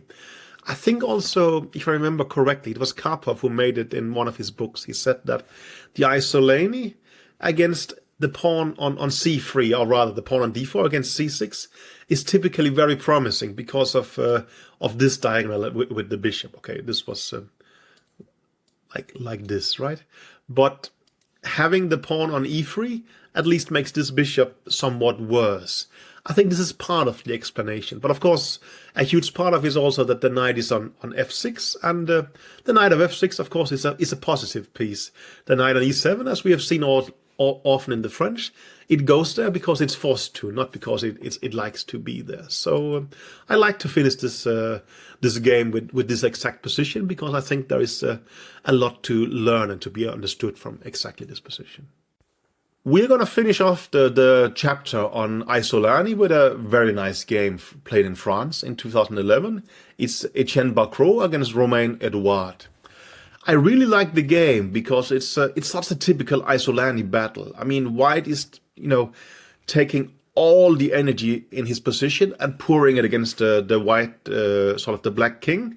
And black is doing his best to sort of thwart white's plan and to do typical counterplay. But this game is going to be decided in the middle game, which typically means it goes well for white. But I think our conclusion by now is that an Isolani heavily favors the one playing against it if it comes to an end game. But in the middle game, it's the one with the Isolani who has the attacking chances. But let's jump into details. This position, I really hope it feels somewhat familiar, because we had something very similar in game one of this chapter. But there is quite some differences. Mainly, the white bishop is now on b3. In the earlier game, it was on c4, and there we played, a3 and hit it on a2. Now, sort of because of the earlier phase of this game, the bishop has ended up on b3, and that quite makes some difference in strategy for both players. And first of all, white starts by playing the move bishop to g5. In game one, I was basically saying bishop g5 is a step in the wrong direction, but here it's a step in the right direction. And circumstances change, strategies change. Let's try and explain the basics behind it. Should you attack the bishop immediately with h6? Well, then white can swap on f6 and go d5. Black has to take, but then rook e1 check is annoying, right? We are attacking the king, and the logical move is bishop e6. But then after bishop takes d5, it's going to end up that we're going to take on e6 next, and black is going to have a backward pawn on e6, and he's just going to have an uncomfortable position. So the immediate h6 doesn't really work. But of course, black can just castle, as everybody is doing. But then white continues with the move queen to d2. Should black play h6 and white go bishop h4, then after knight h5, everything would be fine for black. We get the exchange we want, and things starts to, gets much more solid for black's perspective, and it's a step in the wrong direction. But of course, h6 begs the question, can white sacrifice on h6? Well, not fully. If black takes, queen takes, there is, I think, a nice defensive move, knight to g4. It starts attacking the queen here backwards, and, well, if you hide it on h5, we're going to go back to f6, and we keep harassing it. And, if you give a check like this, I can go here, and I can probably do knight h7 next, and somehow it doesn't end up brilliantly for white. So what's the problem with h6? Well, Kramnik showed the solution against Anand. He played the move bishop to f4. I hope it looks a little bit weird for you, right? Why would we put our bishop first to g5, then to return it to f4? We could just have gone there immediately. But the point is that in this position, one has to simply understand that the pawn on h6 is a weakness.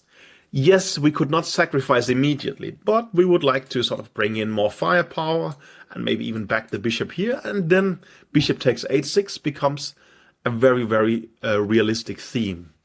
There is even a joke that or anecdote rather, that at some point in the chess Olympiad, Rublievsky, playing for the Russian team, he played h6, and while his position maybe was okay, he got sort of obliterated by some sacrifices and lost. And basically at every team mating, his teammates would tell him, I really would assume to his annoyance in the end, that please don't play h6 in this structure. So it almost become like, I don't know, you would call it a meme or something like that at the Russian team there. But poor Rublievsky had to sort of listen to it a lot, but maybe at least it cured him from doing it.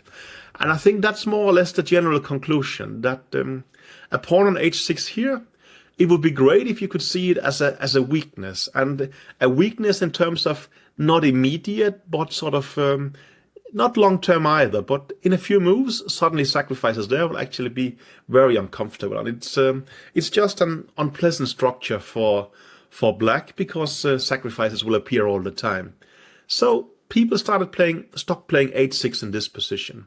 What they then started to sort of do was to play the move knight a5, or that was actually the key move even before this game. This was played a lot in several games between Kramnik with the white pieces and Anand with the black pieces. And they were doing it at some point where they basically was the two major forces in the world of chess. So it was really some high-level debates. It happened at some point when I have just started working for Vichy, so sort of I got into the latter stages of this debate, and My recollection is that I guess at some point we concluded probably we had underestimated how dangerous the white attack was, and we started to look elsewhere. The game continued like this: queen to bishop to c2 back, b5, and then this very nice move, queen to f4. I would also hope that, for you, it looks a little bit slow, right? We go queen d2, we go queen f4, and then we put the queen on h4. Can you really attack as slowly as this? And that's probably also why it took a bit of time for us to realize that it's very dangerous.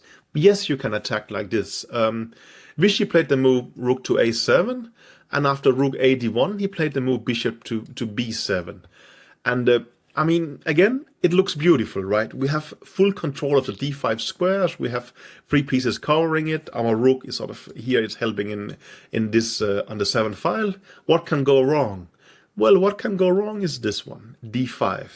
A brilliant move and very typical of the Isolani positions, that this blockade has to be real, and sometimes it's not real, it's deceptive. So I'll show the principal line, which is knight takes d5, then you sacrifice the rook, very nice, takes here, and then the bishop sacrifice, and a check here on h4. Should you go king g6? It's just a trivial mate in 2. So the correct move, of course, is king g8, but after bishop e7, queen e7, knight g5, there's no reasonable way to prevent mate on h7. Well, what you can do is you can sacrifice the queen, but white is going to have a queen against a bishop and a rook, and a close to winning advantage.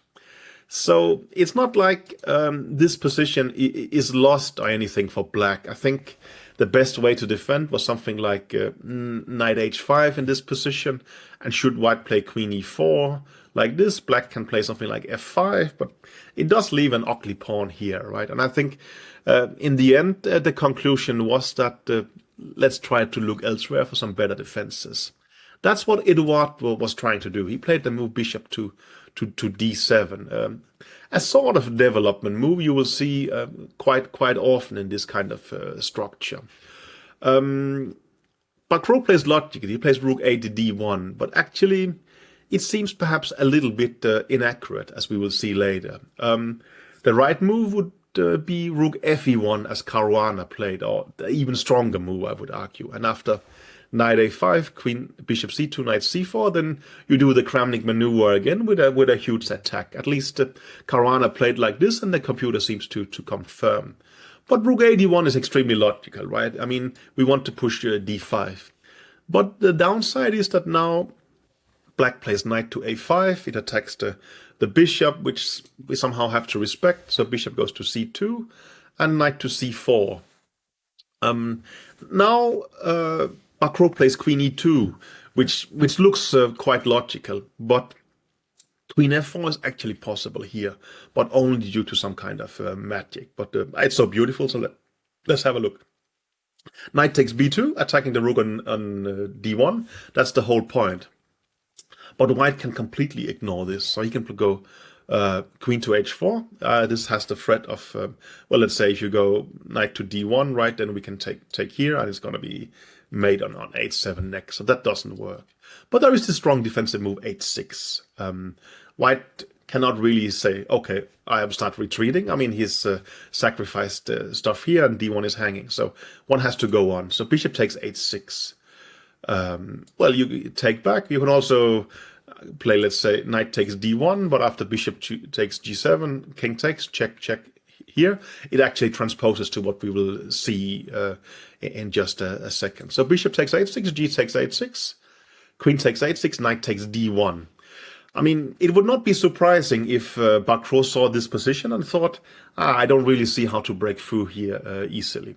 Because if I take on d1, maybe something like, I don't know, rook e8 could happen, and there's no mate immediately. But there's a very brilliant move here.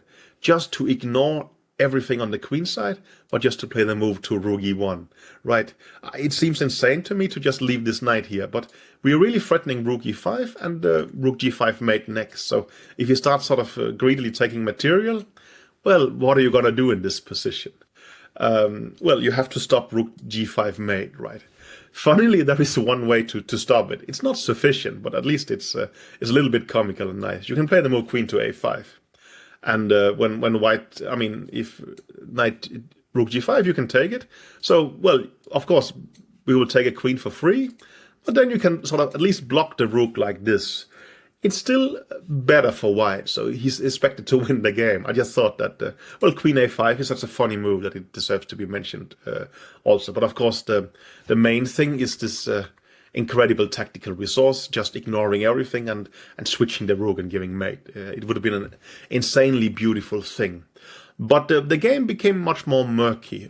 So after knight c4, Bacro unfortunately didn't go to f4. He played the move queen to e2.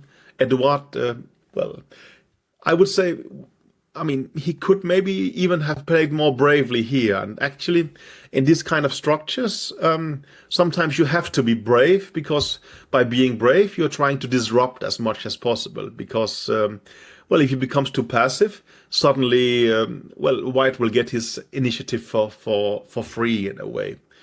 Knight takes b2 would be a move. It looks like rook b1 traps the knight, which is technically true.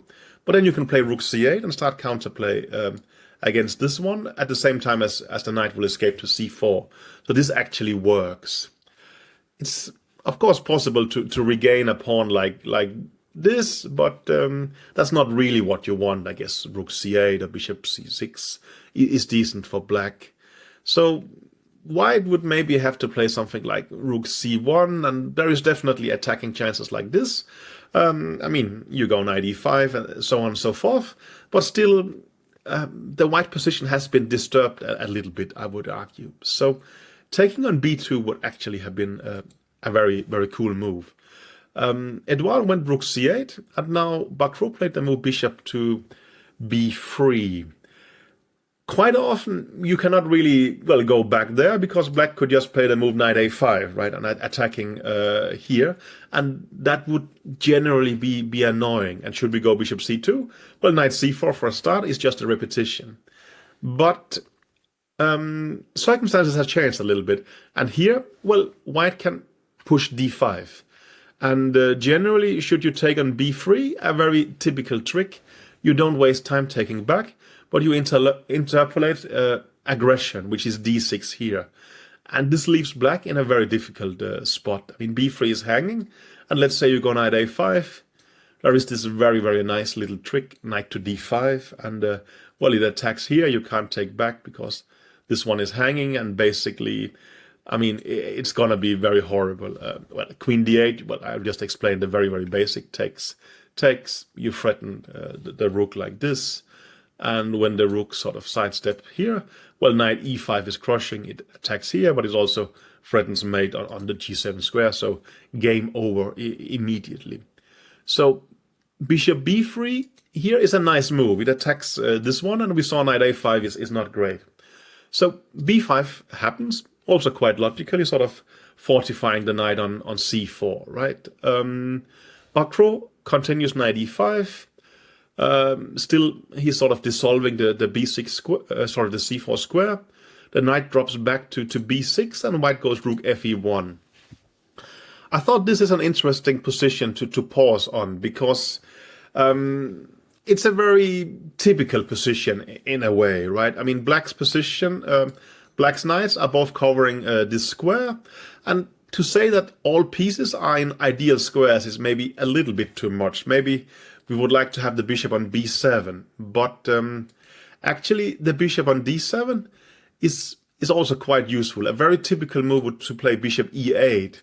I hope it looks a little bit passive for you, but it somehow defends the f7 pawn, and knight takes f7 starts being much less of a threat. It's not a direct threat here anyway, but it's a typical way of doing it. And maybe next, we will play knight f to d5, and somehow we will start trying to solidify things, and sometimes it ends up decently well for black.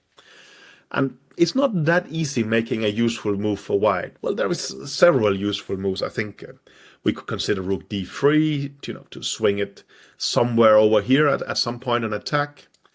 I guess also, I mean, queen to f3 to h3 later to play something like bishop c2 would also be quite normal. But one of the computer's favorites move is a very, very different one. It plays the move h4 here, and I think also Kramnik was doing similar things. For instance, in a World Championship match game against Kasparov in 2000, yeah, 2000 exactly, when they had their match in London. And well, maybe you would like to, push it a little bit further if possible. If you get it to h6, it would somewhat undermine the structure. But also, you just like having it there in a way. Why should the pawn not be useful on h4? It sort of also guards this bishop a little bit. It makes it uncomfortable for black. I think computer line is something like h6, but then we take, and we can start pushing d5 already. And somehow, well, when this diagonal opens and the bishop starts pinning the f7 pawn, suddenly there might be tricks like knight g6. So computer does something like this. It takes, knight takes, and well, if you start taking on d5, I guess this kind of knight we can take with the rook, and something like knight g6 will happen at some point. So computer goes bishop takes e5, we take on b6. Now this nice interpolation of bishop h2 check, takes, queen takes b6, and something like queen g4. And white is just pleasantly better, right? Our bishop is good, the black bishop is bad, and we got rid of our Isolani, and black can only hope to somehow limit the damage and draw in a tedious defense. So I just felt that it was a good moment to mention that bishop e8 is a typical defensive move, but also to flig in that in these kind of structures, quite often you do actually play h4 here. But back to the game. Here, well, if b4, then d5 becomes similar like before. I mean, again, black tries to disturb, but he's not coordinated well enough for it. So in the game, Edouard played the move h6. Now, again, it becomes strange. Here, probably bishop to h4 is the right move. Well, if you go, well, you can't really go knight h5, right? And if you go knight d5, then tactics like this actually seems to work quite well. And we attack the bishop. You can follow up by this, followed by d5, and white is better. So, I mean, we can see how, it becomes very tough to be generalistic, right? I'm telling you, well, with white, don't play bishop g5, then say, no, actually you should play bishop g5. Then I'm telling you, play bishop g5, but don't go to h4. But now you actually have to go to h4. It's complicated, and circumstances are going to prevail. That's just how high-level chess is, and that's what also makes it fun. Well, speaking of fun, Bacrot took on h6 in this position. Also very typical. We saw an earlier example with colors reversed where Jobava was doing it. Here, however, it's not bad, it's not good, it's just a mess. So take back, rook goes to d3, and I think now maybe, well, you could play b4 immediately, but well, he plays king to h8. It's quite reasonable way. I mean, the h6 pawn is weak, so getting the knight g8 defense looks reasonable. Things ends incredibly nice for Bacrot here, but realistically speaking, he should have played the move d5, and if takes something like this, and just trying to swap down to a position that's slightly better for white, but nothing more than that, according to the computer. Bacrot, he gets rewarded for bravery, but actually it is quite dubious. So knight g8, and well, you're a piece down, you have to keep attacking. So he goes d5. Edouard puts his knight on c4, it forces the exchange like this, and after rook d4, black was falling a bit short of time, and well, it's a very logical result that white wins here. He puts pressure, he sacrifices, it's dangerous. Black spends a lot of time defending, and he goes wrong at some point. He plays bishop c5, which, unfortunately for him, loses immediately. The right move would have been queen to e8, sort of getting out of. I mean, there was pressure against the queen here, but on e8 it's much safer. In this position, it turns out that there is no reasonable direct blow, right? I mean, if we take an e6, now the bishop is unpinned and can just take back. I mean, do we play d6? That's well, it makes very little sense. The bishop can go to, let's say, g5 and attack the queen. The best shot would be something like knight e4 and kind of hope for the best. Black is better, but not winning according to the computer. But, well, this is how practical chess is. I mean, you gamble and sometimes it goes well. Edouard played bishop c5. It's very logical in terms of, I mean, this rook on d4 is causing a lot of harm in the file, and now it's attacked, and if it moves, there's no good square in the d file. Unfortunately, there's a tactical problem. So white goes d takes e6, black takes the rook, and now queen takes. The problem is that after something like bishop takes e6, we can just play this, and it's a double check, right? So black has to go here, and we can just take the queen next, and it resigns. So after queen takes d4, black has to go queen f6, but e d7, rook cd8. Materially, you can argue it's not that disastrous for black. Of course, he's an exchange up, but white has a strong pawn. That could be debated, but the problem is, after the strong move rook to e3, there's no reasonable way to defend against rook f3, and disaster is going to happen on f7. Yeah, I mean, well, if rook f3 happens, queen d7, you can play rook takes f7, and if takes, knight takes, I mean, I don't know, let me just show it like this, I guess. Something like this, takes here, due to the pin, you cannot take back, and after this, we are just gonna exchange, and, well, this is resigns, obviously. So, poor Edouard tried the move knight e7, but after rook f3, knight to c6, well, he tries to generate some kind of counterplay, hoping that in this position he can still play on a little bit. But Bacro is not that friendly. He plays knight takes f7. You cannot take back with the queen because of the pin, so rook f7 is forced. But after queen takes f6 takes here, it's just gonna end up with an ending where, I mean, these are gonna drop. Sure, black is gonna win the pawn on d7, but everything else is falling, and we're talking the region of like 2-3 pawns down and ending, and Edouard, of course, resigned. I really think this was a great game because it's such a typical Isolani struggle, right? I mean, white tries to pour all his energy into an attack, even including a sacrifice of a piece. And black, well, does his best to sort of annoy white's concept in several ways. And objectively, it's a battle that sort of swings back and forth. But maybe we get the impression that the practical chances are on the attacking side. But we will see in a couple of games later that is not necessarily always the case. But I really like that it sort of gives this struggle situation, that it's two very different strategies fighting against each other, and also that well, some model games will just be perfect in the sense that they just tell one very, very direct story, while this one is much more a back and forth battle, which most chess games are. So I really hope you found it interesting and sort of useful as well. We have managed to sort of create this general rule that isolated pawn, it favors the attacker. So, well, the one with the isolated pawn will win the middle games, while the one who is fighting against the isolated pawn will win the ending. Unfortunately, things are not that simple. And, well, this game we're gonna see now, it's Vichugov against Bologan from 2012.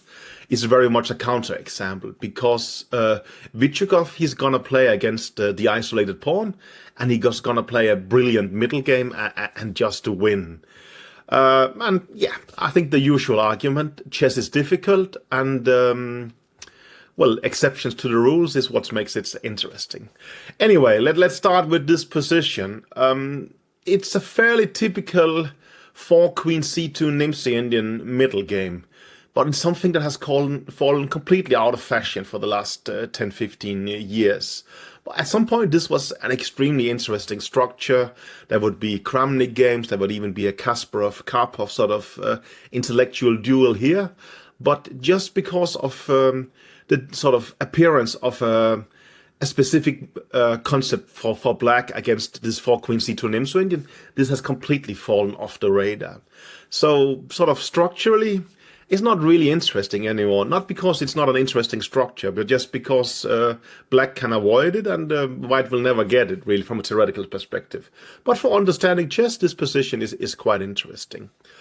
I think what springs to mind, well, white has a pair of bishops. This is more or less the whole point of playing this 4 queen c2 to Nimzo. And black, what does black have in return? You can argue an extra center pawn, but they are kind of passive. So when they go forward, they're going to be exchanged. It's not really sort of the main point. Perhaps I would argue that what black has is some lead in development, right? White still has pieces to develop, but also if white was fully developed, white would just be somewhat better because the pair of bishops and the more space. So the question is, can black sort of act in any way to well, attack white before he managed to consolidate? And Bologan gives it a shot. He plays the move d5. I guess this might start threatening perhaps e5 followed by d4 and some tactics. So, well, Vichugov takes, and Bologan takes back with the pawn, and then, well, there is already a threat to e3, which is sort of a weakness, and then Vichugov goes bishop to f2. At first sight, this looks pretty promising for black, in my opinion. The lead in development is quite significant. But it turns out that here, not at all. White is just better.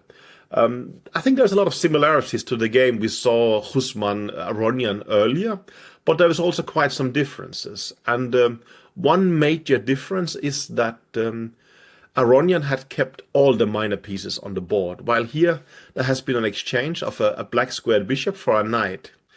And probably having only 3 pieces instead of 4 means that white actually have sufficient space. I mean, this bishop is going to go to e2, and there's castling, and there's no sort of superfluous knight in the way.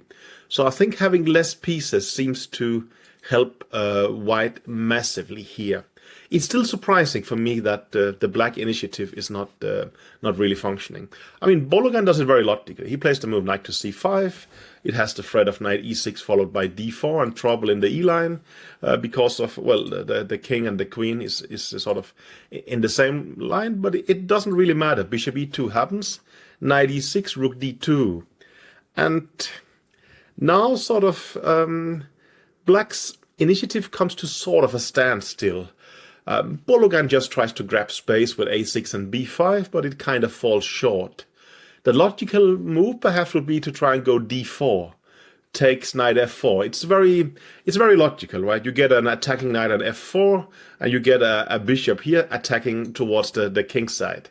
But after short castling, there seems to be no reasonable way to follow it up. I mean, white is threatening something like rook e1, bishop f1 consolidating, and it's going to be a decently healthy pawn extra. And, well, with that, one suddenly starts to understand that the black initiative here is kind of temporary. There's no reasonable way to, you know, force things through. I mean, I guess you can make the argument that actually all black's pieces are in an ideal situation.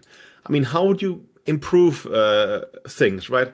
Black is as set up as it's possible, and white has not even consolidated yet. If that is not enough for the black attack to succeed, well, how are you going to manage, right? So there is apparently something fundamentally wrong with the black's dynamics here. They are just not sufficient. Bologan tries a6. It's actually the same concept as Aronian to some extent. Castling b5. But now rook fd1, and, well, black goes rook c8, and queen b1 happens. If we remember the Aronian-Husman game, there was bishops on e1 and e2. But having it on f2, I think, makes a major difference. It protects the indeed weak pawn on e3, but also it allows to have the pawn on f3. And the pawn on f3 is very relevant in terms of it protects the e4 square, which means that, well, there's not this knight jump possible anymore. Actually, well, both these knights are just very passive. There's no reasonable prospects. I think it reminds me also a little bit about some kind of argument Suba, a famous Romanian / English grandmaster, was making. It was about a different structure, but he basically was arguing that in a structure where one player has all his pieces in the ideal situation and the opponent does not. If the one having it in ideal situation cannot break through, it favors the opponent in the sense that, well, you can see here, white will continue bishop f1, then maybe knight e2, eyeing these kind of squares, and you can start switching to the c line. It's pretty easy to suggest natural moves improving white's positions, while black's position, I really think it's set up as well as it can. But it's set up as well as it can, and it can really do nothing. So this is a situation where the pawn on the isolated pawn is really just a weakness, because it's not going to be pushed forward. There's no reasonable way to do it. And basically black is just left with a very sad position. Bologan tries some pseudo activity, knight c5, jumps here. But it leads nowhere. I think computers suggest a move a4 here, which is also quite reasonable. But knight e2 is extremely logical, right? We are eyeing the sort of square in front of the pawn to really blockade it. Black tries to find some refuge in exchanging a set of rooks, but something like this happens now. Well, you cannot even take on e3 because just rook e1 makes a pin, right? So it's a very sad position here. He tries queen e5, and now another nice maneuver, rook to d3, rook to c3. And after, I think, rook e8, queen c1, he's getting ready to play b3. He's defending the pawn on a3, so the knight can't take it. And then the rook is just going to penetrate on c7. I think it doesn't matter so much anymore, but it's a beautiful game, so let's just finish it. Knight f8. b3, knight b6. Now we can see that the rook is protecting the e3 pawn, so the bishop doesn't have to stay passive, but can start sort of having some positive influence. Queen f6, rook c7, attacking the bishop on b7, and well, there is a slight repetition of moves here, but now he puts the queen on d2, and after queen a5, everything starts to dropping, and everything is solid here. So it was game over very, very shortly. I think Bologan tried to sacrifice a piece like this, but it did not work at all, just e4, and the queen is not coming to d3, and I think the game was like this, queen d2, but it really doesn't matter anymore. For me, a very impressive game by Vichugov, and well, I really like this position because it improves my understanding of chess. It looks promising for black, the way I see it, simply because, I mean, you find the king is stuck in the center, white is not really developed. It's easy to point at weaknesses. But here you start to see that playing against an Isolani, at times the position can be very solid, and we just end up getting stuck with the Isolani, as we saw here, that when things evolved to here, there was just no way of getting on further, and well, then everything got pushed backwards. I think a lot of it had to do with that white has the pair of bishops, that black has given away, the bishop on d6 would normally sort of be attacking in this direction, and also the fact that I was telling you that having only 3 minor pieces instead of 4 minor pieces probably helped the defender, or at least, well, it's not like white is the defender here, but he's fighting against the isolated pawn. It's actually white who's attacking, but in a more long-term way, right? So black just lacks the initiative, and then we see that the isolated pawn can actually be a severe weakness. So I think a great example selected here by the author. This is a very interesting game. It's a crushing attacking victory, and the two players is Magnus Carlsen and Wang Yue. Magnus, perhaps the greatest player of all time, facing the incredible solid player Wang Yue. That it ends up with an attacking victory perhaps is not so surprising, but that Magnus is going to be swept off the board, on the contrary, doesn't really fit the roles I was describing. But Wang Yu is quite a strong player, and he was maybe perhaps hindered by his solidity. But as we will see here, when he attacks, he does it very, very well. Also, this game is from 2009. I mean, I have been working with Magnus for more than 11 years, and I don't really like to show a game he loses. But I guess something from his youth he will live with, and I think we all know now what an incredible player Magnus is. Anyway, let's skip over to chess. I'm starting the game a little bit early. White has just played the move rook to c1 here. And the reason I started here is that from my perspective, it would be very tempting to play the move e4. For me, it just looks, doesn't black get a very good French, right? We get control of the center, and we have sort of a spatial advantage, and also we play a French without our bad bishop. Unfortunately, that's not really the case. White will just go queen to d1, and after bishop e7, an exchange of pawns like this, and the queen to c2. This position is just much better for white. I think the positional threat is putting the queen on c7, getting rid of the queens, but of course also just controlling the c file is fine. But in general, white is gonna have easy development, and should the queen comes off, it's just gonna be a very pleasant ending with a pair of bishops and also this knight on a4. Well, with the c-pawns exchanged and the c-file under white's control, this is just going to be a strong knight that is controlling and attacking in this direction, as we mentioned. It's just a much, much better position for white. So in this position, actually the move e4 would be a strategic blunder. Wang Yu plays a nice move, bishop to d6. Now the problem for white is it's not so simple to make a decent development move. I mean, if you go bishop e2, then e4 suddenly starts trying to trap the white queen, so that doesn't work. What Magnus chooses to do is that he took on d5 and then on e5. And, well, now knight e5, queen d1, we basically have our Isolani position. I think I will jump a move forward and then start to talk in this position. White has just a pair of bishops, right? And he has a very solid position. As well as in the previous game I spoke about, having exchanged a set of minor pieces probably sort of helps the person who is fighting against the Isolani, because the Isolani generally counts on activity, while the one fighting it wants solidity.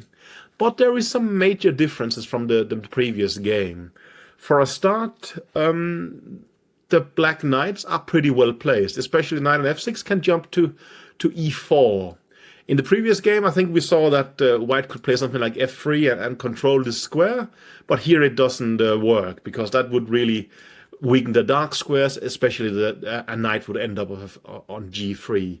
And I think, as well as we will see in the game, the knight here, will go to g6 and to h4 and keep some attack. Also, if black is limited to having one bishop, I think having this bishop is considerably better. It points in the direction of h2, and if you can sort of get the queen in front of it, let's say bishop b8, queen d6, it's gonna be some kind of mating threats, especially as white doesn't have a knight on f3 defending in that direction. So there's a lot of details in black's favor. That being said, I don't think black is better here. It's just the previous game we saw, it was very grim for black. Here, actually, the counterplay is real, and the position is much more complicated. Wang Yu plays the move a5, just sort of, covering the pawn on b4, I would say. Magnus's next moves are a little bit interesting. I guess that the logical follow-up would be castling, but then, well, the king would be committed to castling, and maybe black could start attacking the h2 square immediately. So Magnus plays the move rook to c2, and after queen e7, bishop c1. So he's trying to reroute this bishop to b2, and I guess the rook on c2, you can also argue, is pretty ideally placed. It's keeping, an eye on the open file, but also is, defending in this direction. Maybe it's a bit vague how it's defending there, but I think it is a kind of useful square, and it's a talented way to reorganize by Magnus, no doubt. The game continued rook a8, bishop b2, and now Wang Yu puts the knight to g6. I mean, what I'm trying to show with the colors here, that in general, the knight on e5 look ideally placed, right? It's in the middle of the board. But it somehow it blocks this bishop's direction towards the king a little bit. And also, well, when he puts it on g6, it starts jumping in the direction of h4, starting to, touch some critical squares in front of the white king side. I guess for that reason, Magnus chooses to castle here. I mean, it's well, then at knight h4 won't happen with tempo, right? And also, I mean, Magnus has kind of clarified the structure on his queen side, so it's the logical way to proceed. Wang Yu goes knight e4 next, and I think, I mean, his attacking prospects looks rather nice. All his pieces, or the light pieces, are on excellent squares, and from an attacking perspective, this knight on a4 is looking quite badly. However, of course, this debate we also had previously, that if all the pieces are put in ideal squares and cannot really progress, then it can also come to a very grim halt, and your position just turns out to be sour. But here, this is not so much the case, and I think particularly the weakness of the h2 square is relevant. I mean, well, the bishop will back to b8, and the queen will go to d6, and it's going to point at the white king. And when this happens, well, white has to make some kind of weakness to protect that. So black can actually do something positive here, and Magnus has to act. His next move is bishop to d4. To me, it looks somewhat suspicious, but the computer quite likes it. Well, part of it is this greed concept of going here and trying to win this pawn on a5. It strikes me as incredibly greedy, but it is a reasonable plan. And of course, if the black threats are not sufficient, then why not? Yeah, I mean, well, again, my intuition doesn't really like it in a way, and it ends up badly for black. But the computer thinks it's acceptable. So who am I to argue against modern artificial intelligence, right? Wang Yu's next move is knight to h4. I think reasonable. I also like it because it's a multi-purpose move. I mean, the threat to the g2 pawn, or the potential threat to the g2 pawn and the king's position, is easy to see, but also sort of the backdrop to f5, starting to attack the bishop on d4, I like a lot. I mean, if you get to play knight f5, and well, then white has to consider moving the bishop. If he moves the bishops, maybe we can push d4 ourselves as a sacrifice at some point. It's a little bit vague, but multi-purpose moves is always very, very nice, I think.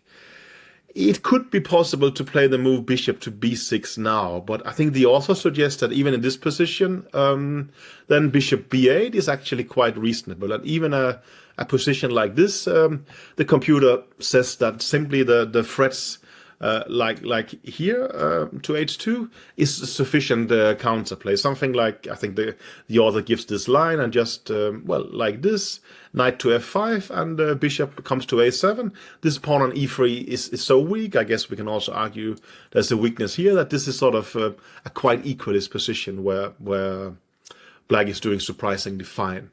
But it's no way forced, it's more illustrative, I would argue. So, well, bishop b6 was possible, but Magnus, he goes for a more sort of sane approach. He plays the move bishop to d3. I think quite reasonably that, it's not like he wants to take on e4 immediately, but he might want to take on e4 at some point. And I think someone suggested that a factor of bishops being better than knights can be that, well, it's the bishops who gets to choose when to exchange. That's, of course, not always true, but in this scenario it is that it's not like the idea is to play bishop takes e4 immediately, but who knows, we might do it at some point, and it's a reasonable defensive resource to have. Wang Yu backs down to f5, and maybe it's his sort of natural, somewhat solidifying instincts that comes to play here. I think the author says bishop b8 could have been a stronger move, but knight f5 is fine. It attacks also the bishop here, right? Bishop b6 happens, and then rook to b8. Now, I think the author says that maybe queen to f3 was a better move, somehow having the queen around on the king side to try and defend like this. But Magnus decides to, well, now is the time to make this exchange. He plays bishop takes e4, queen takes back, and then the rook to d2. It strikes me as sort of, young, fearless Magnus, right? I mean, he's really playing the position like he's trying to refute Black's concept. He's pushing his, position quite far, right? I mean, he's put a knight on a4 and a bishop on b6, but he's having pressure against the pawn on d5, and basically he says that, well, there's no reasonable way that you can sort of break down my position. And, well, if I win the d5 pawn, or if you have to start retreating your knight to e7, suddenly I'm just going to be better. And while, I mean, I would say that this weakness, you can argue, is permanent, while the weakness of these two pieces, they can actually be regrouped and become better. So it is a very cool thing Magnus is doing. It's perhaps useful optimism, but there is a lot of logic behind it, and it takes genius play to refute it. Wang Yue plays rook takes b6 here. Interesting move. Well, of course, Magnus has to take back, and then the move queen to e5. Now, well, we can see that there's a threat of made in one. The correct defense now would be to play g3. The idea is that now I think knight takes g3 is the move, and I mean, if you take it, I would assume that well, we can do something like this, and as a minimum we have stuff like this, and the knight is going to fall on b6. Well, we'll also pick up h3 with check, perhaps if you go to king h1 and something like this. It's not very good. The computer says knight takes d5, and this position actually is not as bad for white as one might think. The king will, find some safety on e2, especially after the queen going to f3 first. I hope that at sight you would think black should be better here, but actually this is not really the case, because somehow, well, this knight on d5 is strong, the rook is going to be protected by the king on e2, and so on and so forth. It's actually not too bad. But Magnus is a more ambitious player. He plays the move rook to e1. Wang Yue gives a check here, as a typical motive, gives a check on h1, and then he can take on g2. Now, well, again, computer says king d3 would be a better move here, and somehow black is not necessarily winning. But Magnus plays, I would say, a more logical move. He plays the move rook takes d5. And for me, this is just a completely random position. It's not obvious who is better at all by sight. And basically it comes down to Wang Yue playing an amazing move in a couple of moves. So I think Magnus can really be excused for it. But anyway, I'm trying my best to defend my boss, right? Knight g3 check, king d3, and now they move bishop to c7. Well, it threatens on b6, and let's say the knight cannot really comfortably go here, because then, well, the rook is going to hang on d5, right? So that's a clever move. So basically, f takes g3 is possible, bishop takes b6, and now king to c4. Actually, for our general understanding of Isolani, I should have stopped long ago. I just so much wanted to show this position. Some point, my dream is that when I retire as an active coach, I want to write a book, or even better, a chessable course about king safety. And well, this could be one of the examples here. That I mean, the logical move would be to play queen e4 check, right? King goes to b5, then you would play rook b8, threatening some kind of deadly discovery. But then after the move king a4, white just has a perfectly safe king. Well, I think the problem is that, let's say, something like this, I guess we can just defend it with a rook here, and then the queen will come to d3 and start defending it. And, well, this just seems to work quite well. It's astonishing that a king here can actually be extremely safe, but it is in this example, simply because there is so few pieces capable of attacking it, and, well, you see these ones. I should probably rather put them red. There's just no way they can attack the king on a4, right? And, well, I think modern chess has more examples like that. You will see a bunch of top games where, especially in some kind of Italian structure, it's a lot about you sacrifice a pawn or two, but you will have a safer king. And it's a very interesting topic for me. Anyway, I'm getting you completely distracted from the isolated pawn scenario that we are discussing. But here, after king c4, actually Wang Yu understands it brilliantly. He knows that the white plan is to do this with the king, and he decides to stop it with a very, very good move. He plays rook to b8, and basically, well, Magnus goes king b5, but now there is a discovered check. Okay, maybe d8 was a better square, it doesn't really matter. And after this, somehow White's position is kind of undefendable because the king is now stuck in the middle, while if the king was on a4, it would be winning. Well, not exactly here because a2 would be hanging. Anyway, I got too passionate about one of my favorite subjects. I'm sorry about that. Worst case, you could skip over it. But going back to the Isolani, I hope this was an interesting and unusual example, right? That, I mean, the pieces are sort of put in a kind of weirdish situation with the knight here, but generally material distribution should be very pleasant for white, but there is a lot of compensating factors, and it led to a very interesting struggle where I would say from practical perspective, perhaps black had the better chances, but objectively was kind of equal. Then Magnus became very ambitious, and Wang Yu punished it brilliantly. So, well, despite Magnus losing, I hope you really enjoyed this game too. The author rounds off this chapter of the book with sort of something he calls final comment. And when I saw this position, I thought, yeah, this is a really good choice of a final comment to show that even in positions like this, where the Isolani gets completely blocked, black could still be doing very fine. His intended move is to move d4, and it turns out beautifully for black in the game. But, well, the tough things for having to show books that are like quite some years old is that modern Indians will come up with good refutations now and then. And in this position, actually, white has some very interesting tries. The game goes knight to e1. It's extremely logical, right? We're gonna exploit that we have this beautiful square where our knight can basically stand and not be disturbed. It looks very nice, but it's very, very stereotypical thinking. Modern computers has much better ideas. The best move, perhaps, is the move b4. I would not even be close to thinking of that in a game. But, well, the idea is that I guess perhaps a4 next could be kind of a threat. And if knight takes b4, this amazing move bishop to g5. Yeah, what should I say? If you go bishop e7, then rook b1 starts becoming quite a relevant threat with problems in the b file, and also bishop takes f6 existing as a threat.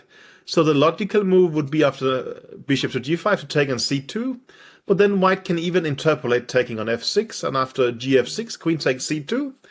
Momentarily it's a sacrifice, but I mean, there has been done considerable damage to the king's side, right? Maybe the queen can go to e4 and do something like that. Maybe also there could be an annoying check, and they will get the d4 pawn back. The computer somewhat prefers white here. It strikes me that that b4 exists. It's just a pretty random freak occurrence, but it's quite interesting. A more human move, but I also quite a lot, is starting with the move a4. That, at least for me, has a little bit more of logic. Maybe there is a threat of a5 next, because a5, should you take it, then the pawn on d4 is gonna hang. But after a4, at side it would look, well, black can just play a5, right? Simply because, well, this sort of interpolation of these two moves, it generally looks to favor black because it stabilizes the queen side. But white has this very nice move in this position, queen to d3. And now the queen will go to b5 and actually starts gonna harassing the queen on b6, and after an exchange, a queen of b5, we take back with the pawn, and both the d4 and the a5 pawn is gonna drop. So this is actually surprisingly unpleasant for black. So this concept of playing a4 here, I have to say I really like. This is a cool idea.